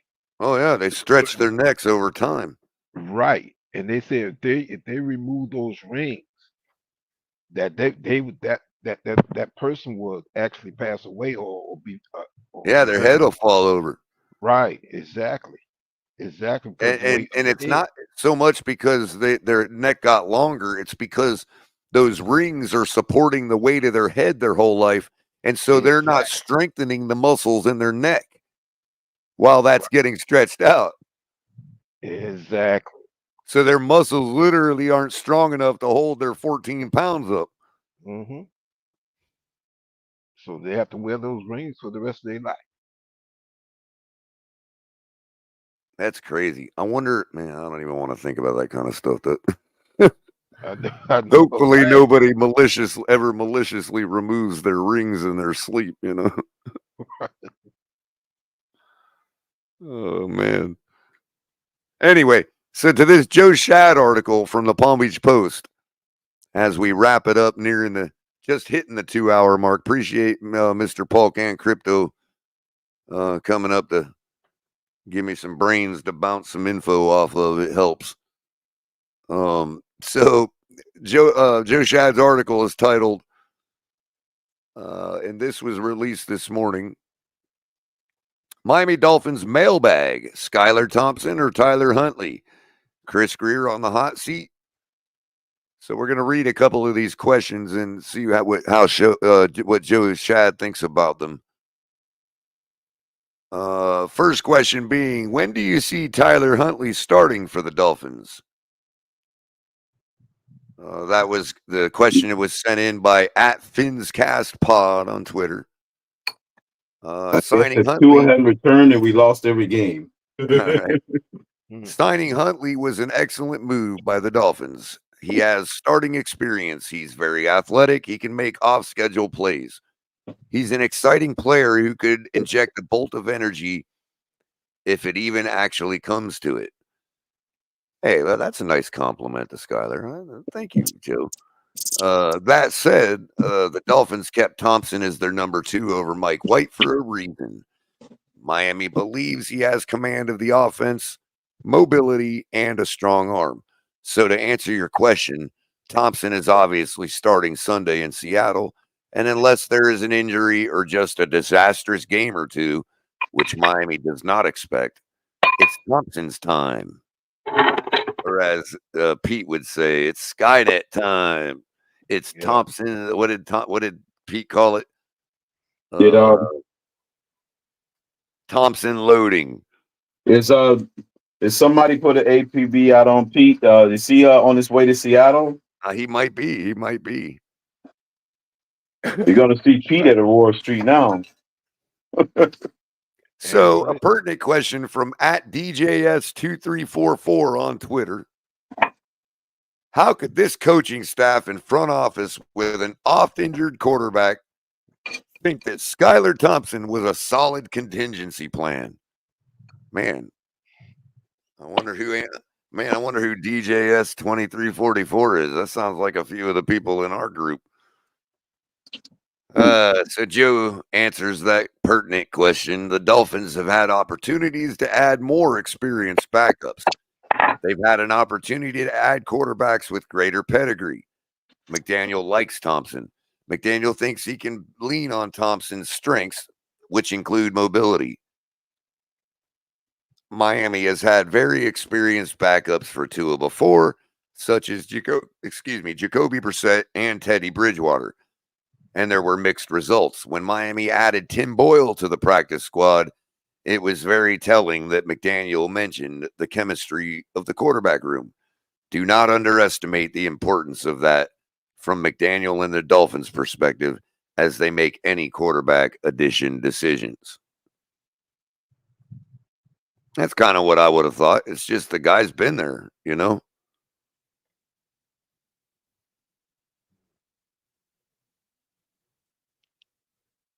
Yeah. I mean, it is what it is. There's another question about the offensive line and why Chris Grier feels he can win a Super Bowl with a third-string interior lineman. It's just more of repeating what Chris Grier said, that he believes in all of them. So whatever. Edgaro30755172 on Twitter asks, why Grier is not on the hot seat? Grier does.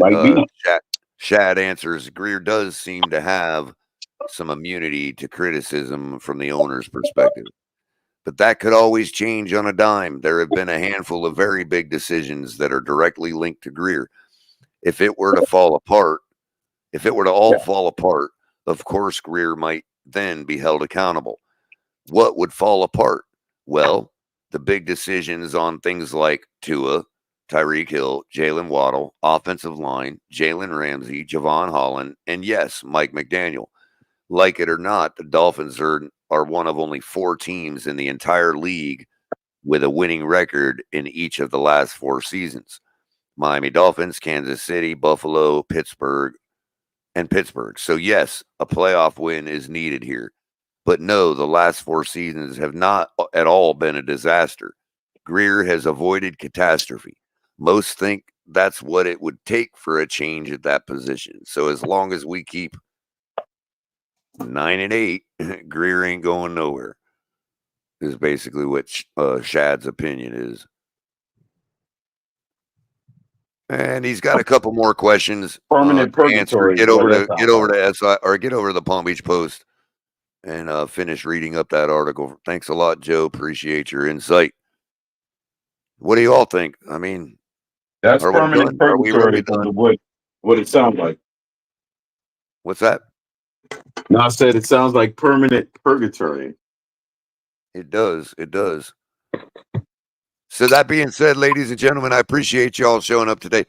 My voice is apparently not going to last the amount of time that Skyler is going to need to last this weekend. I'm going to go ahead and shut it down at the 2-hour mark, 2 hour and 6 minutes. Keep it kind of short today. We got plenty more to talk about throughout the season. Oh, one question I wanted to bring up, and I said it at the beginning of the show, and I never brought it up, but I've got to ask it. Crypto, Mr. Polk, anybody that wants to answer, and I would certainly love it if anybody on our team has some insight on this question. If not, I'll wrap it up. But for all those people that said that Lamar Jackson, see, you can argue with somebody about a quarterback until they always get to the same point. If they're being irrational, they will always arrive at the same point of irrationality. And you can almost start to predict it. Okay? Mm-hmm. So whenever you're arguing with somebody about Lamar Jackson, it always arrives to the point of, back when we still had a chance to get him, of course, it would always arrive to the point that Lamar Jackson wouldn't be a good fit for Mike McDaniel's system. You remember that, Crypto, Mr. Polk? Yeah. You remember all that, right? Right. Mm-hmm. I'm not just imagining that everybody said that constantly. Still say it, ironically. Yet, at first chance for Mike McDaniel to pick somebody, to find somebody that's available that he thinks he can win with, who he thinks is a good enough veteran to win, and that he thinks he can win with, the very first opportunity, he goes and gets Lamar Jackson's backup. Mm-hmm. Yeah. Mm-hmm. A guy who modeled himself after Lamar. Right. So either he plans on changing the entire system for one guy and doing a complete 180 on what we do, or we do run a West Coast system that as a philosophy is universal to anybody that runs a version of it. And that all McDaniel has to do is tweak his scheme and tweak his West Coast system to exemplify the attributes of one Tyler Snoop Huntley. And I think that's where I'm going to end the show, Crypto, on that note, because I just think it's fine time that we start talking about football again. And Yep. it's football season. So that means Mike McDaniel got a chance to be a coach. In other words, he doesn't make a system based on one person. And ironically, Crypto, that's what this game and the rest of the season is going to boil down to. Yep. We've always said Mike McDaniel should be able to run this system with all these players, with anybody, right? Yeah. Isn't that what we've always said? Yeah. Well, now he gets his chance to prove it. This is the week. That's right. He gets to do it. Everybody, what are you going to call? Capitan is going to be going tonight. recapping the game one more time before we move on and shift focus to the Seahawks for the rest of the week. And he's going to have special guest, King of Finland, I believe, is coming into the tailgate, dropping a tailgate with us, bringing in his truck. So that should be interesting. I think that's probably going at what, 9:30, I think, something like that. I don't have the exact time right in front of me. But make sure you're coming back to join us at the tailgate later this evening. And tomorrow, of course, I'll have enough rest. My voice will be back on for a couple more hours to talk about a little bit more about what we got to do to beat the Seattle Seahawks. Bring some of you all up. We'll do a 1-by-1 panel tomorrow. Let you all get your voices in. Anything you want to say, and you don't have to have anybody argue with you. I'll bring you all up one at a time. Sort of like a call-in show. And then, of course, I think Shake will be having the Smoke Lounge tomorrow evening, if everything's on schedule. Crypto, you guys got any Insomnia episodes dropping soon? Yeah, we do. We're going to be doing a recording of the military pick'ems. We're going to first have, we had Raphael Court night last week. We're going to have Nene, Big Nick, and Bryson is on slate to do the pick'ems. Nene and who?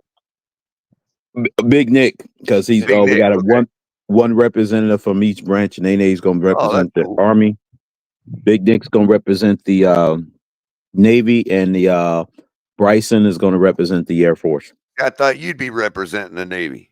Or are you going to represent the Marines just for the heck of it? Well, no, I'm still already, since I'm already on, we just got an extra guest that's from the military. Right on. Well, that's a man. I like that. That's a pretty good slate right there, Crypto. I'm gonna definitely be around to check that one out. So Raphael Court night, we did one this past week with him. He was a Marine Corps. We had some we had a nice discussion on the last episode. We brought up the Full Metal Jacket and how close that movie is to real life. I could say, being in the Army, some attributes of that movie is definitely real. I can say that much, at least on the Army and Navy side.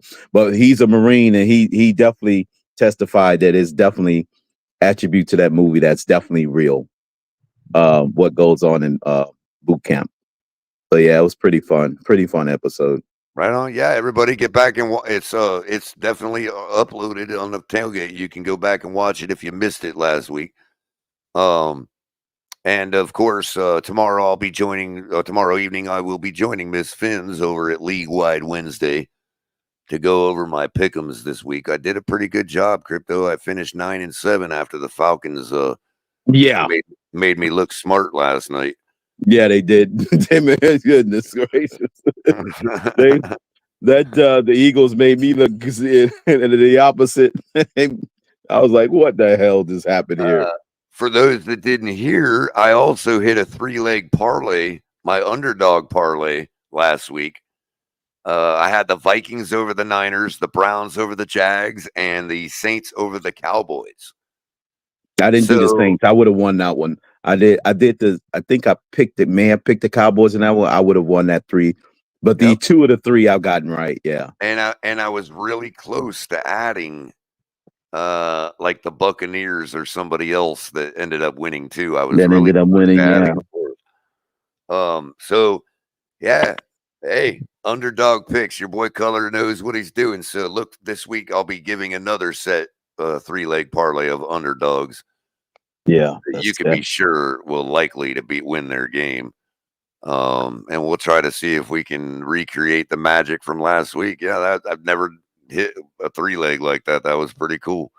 Yeah. Of course, the Vegas tried to make it close with that Browns and Jags game at the end there, but yeah, they did. I wasn't having nothing of it, Crypto. I'm like, no, they were trying. You're not doing this to me. Did you notice like basically the 2 free timeouts that the Jags got on that drive? Yeah, on that drive, yeah. Disgusting, Crypto. I'm like, these people are literally trying to screw me. Yeah. And the funny thing is, the Saints game is the one that had the worst odds for the underdog. Mm-hmm. And they ended up being the biggest blowout. The biggest blowout, yeah. It's crazy. I guess when everybody was saying it was certainly some people saying that the Saints were going to have a disastrous season. They must be listening in on all our spaces and all our channels. It's like they had another arrangement apparently when everybody's saying the Saints going to be picking at the top of the draft. They're going to go 0-17. It's like 91, what? Crypto, 91. Do you know what that number means? Yeah, that's the points they scored in 2 weeks. It's like fourth all time, right? Number of points that they've scored in 2 games. Yeah, 91. Yeah, and that was against the Cowboys defense. And granted, the first one was against Carolina, but they still put it up against the Cowboys defense, you know? That's 45.5 points per game. Yeah, out of the gate, 45.5. So it looks like I tweeted this on Twitter the other day. It looks like the Saints got the memo on how to defeat the NFL. They did. Looks like David Carr. How to beat the referees, how to beat the rigging, how to all of that. It looks like Derek Carr got the memo on how to be a part of the MVP conversation. Yeah. Him and Sam Darnold, right? Yeah. Oh wow, man! And apparently Alvin Kamara had his medieval tournament, and God has spoken. You know what I mean? Jeez, oh yeah, man. Oh yeah. Before you go, Culler, I was gonna say, I don't know if I mentioned it in chat on the other stream. I think it was maybe TD's channel, but you were in chat. I was gonna say, the last time Kyler Murray had a perfect QBR was none other against the Dolphins in that shootout 3 years ago. Wow. And he got it on Sunday. I was like, wow. I told you he's going to run around and do Kyler Murray things. Yeah, he did. He showed up big. I don't know how long that's sustainable, Crypto. You know, how long does that go? I think it's sustainable for an entire season if he stays. Only if his weapons stay healthy. And I think Marvin Harrison is just getting into his groove. So I think it's sustainable as long as that guy stays healthy. Well, I know it's sustainable, but I mean, does it go past the first round of the playoffs this time?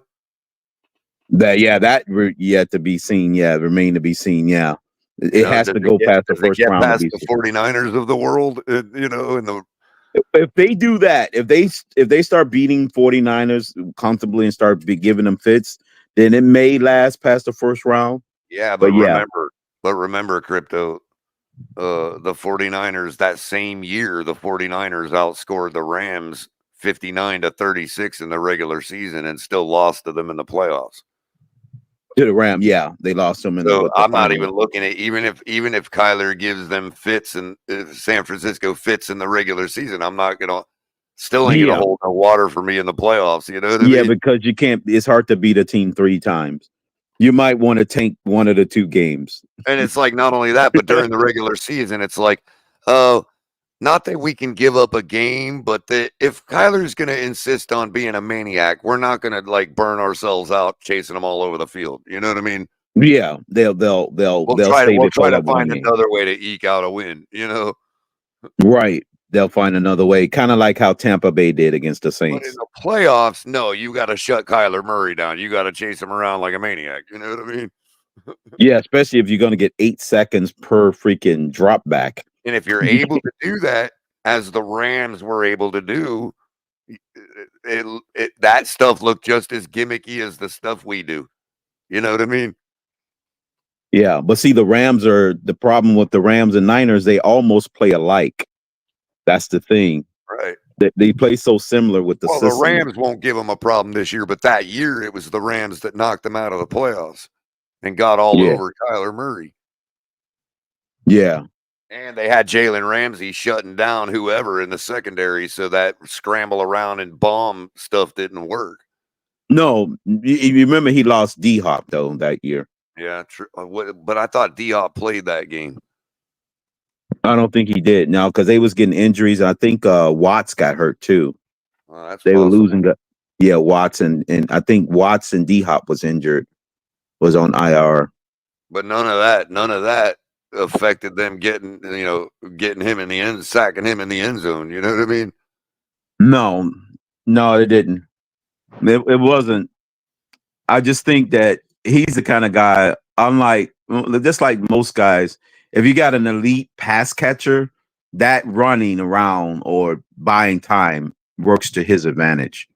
Especially Marvin Harrison. I think he's a little better than D Hop on the far as his Well, overall skill set. I'm hoping that same advantage is what we have now with a guy like Huntley if he gets in.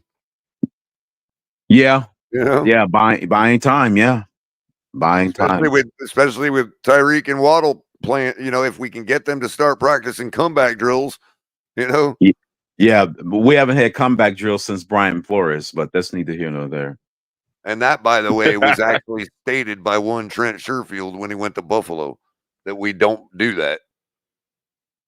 A 40-yard comeback, right? What's up, Shake Money? I see you popping in here. What's going on, Shake? Welcome to Canes Nation, Shake. Welcome to Canes Nation. Candy Cane? Oh, man. What's going on, Jack? How y'all doing? Pretty good. Yeah, hanging in there, Shake, hanging in there. We got a long flight to Seattle, man. You going to meet Pete out in Seattle, man? Hell yeah, we're going to wear matching Skyler jerseys. Wow. I heard Lewis is going out to Seattle. Pete's going on the voyage. I should probably FedEx him over my my Hurricanes hat with Skyler's autograph on it. Yeah, right. Oh, that'll be nice. Lewis wearing a Hurricanes hat with Skyler's signature. Yeah, sitting there in the 13th, right there in the end zone in Seattle. He's a part of the 13th man, the 12th man, right?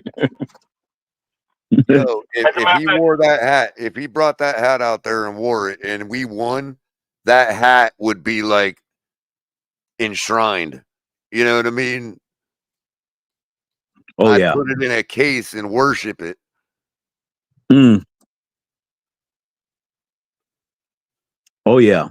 Of course, I'd wash it first. No offense, Lou. How many games? How many?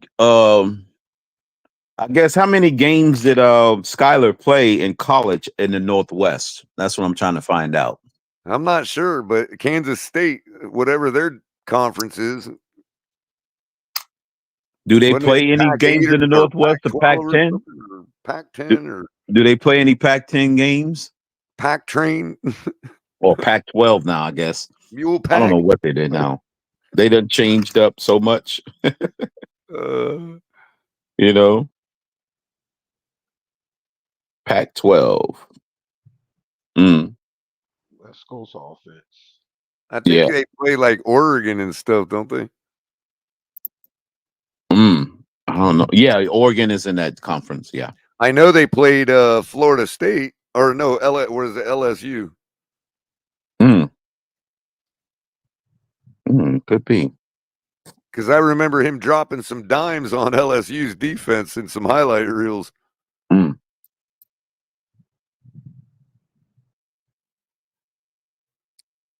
Got to go get all the Skyler highlight reels of him again in that climate, playing in the rain.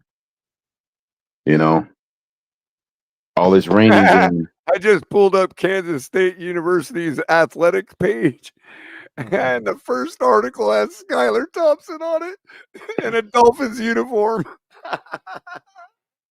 Look at that. Wildcats in the NFL week 2. Oh man. They're gonna run. So they champion Skyler. They got a spotlight every week on all players in the NFL. They got all of them listed. And the guy on the front page on the picture is Skyler. That's hilarious. Wow. Let's see. So this year they play West Virginia, Oklahoma.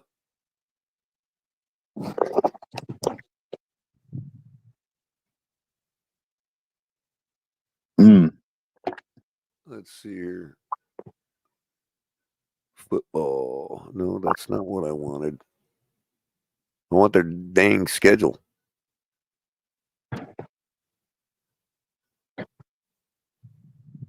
Teams, football, schedule.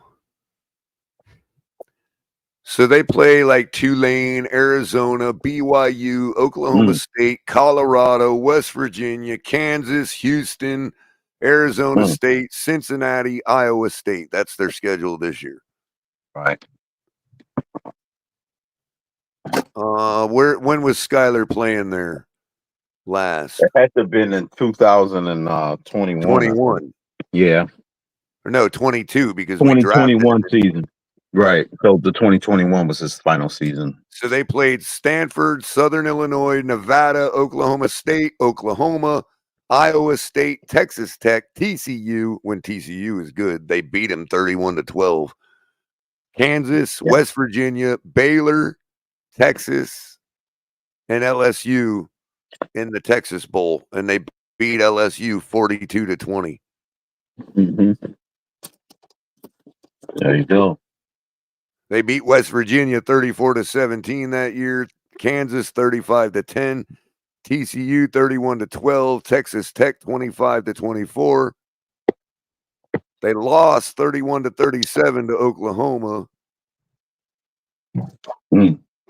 They beat Stanford 24-7. Yeah, that was The dude's not a slouch, man. There you go. I mean, I don't know what kind of inspiration that gives you by just saying the guy's not a slouch, but for whatever that means in the NFL, you know. I'm inspired. Anyway, Shake, Crypto, Mr. Polk, y'all got anything left to say? If not, I'm gonna mark it at the 2.5 hour mark and bid everybody adieu. It was great. I'm about to get my day started. Hey man, like I said, Smoke Lounge. Hey, listen, real quick. Smoke Lounge will be on tomorrow. I'm doing Huntley versus Skyler. Tyler versus Skyler. That's what it's gonna be called. Right. I'll be looking forward to that. Tyler versus Skyler. I'll probably make sure I'm taking a nap. No, I'm just kidding. I'll make sure. Of course, I'll be on. So yeah. All that aggravating Skyler hate. We'll get It'll be a Skyler hate fest. I was supposed to go out and shoot today. I didn't go shoot on the archery range. I got me a nearby archery range that I found that I've discovered. You know, so I was supposed to go out and shoot today. I was slacking. No Robin Hood for me. Well, shame Unfortunately, I'm not a Skywalker. What'd you say, Mr. Polk? No, I didn't say that. I think that was Shake. Oh, okay. I thought you said something too. And what's up, Chad? We see you, Chad. How's your day going? We're about to wrap it up, and appreciate you, everybody coming by, and hit the like button on your way out. Subscribe to the channel. Donate to the channel. We could really use the help. We don't get nothing for doing this, and so we all rely on you. But the easiest and most free way to help is hitting the like button. Make sure you're doing that. All that being said, everybody, fins up, go Fins, whatever you want to call it. Fins I'll Nation. see you tomorrow.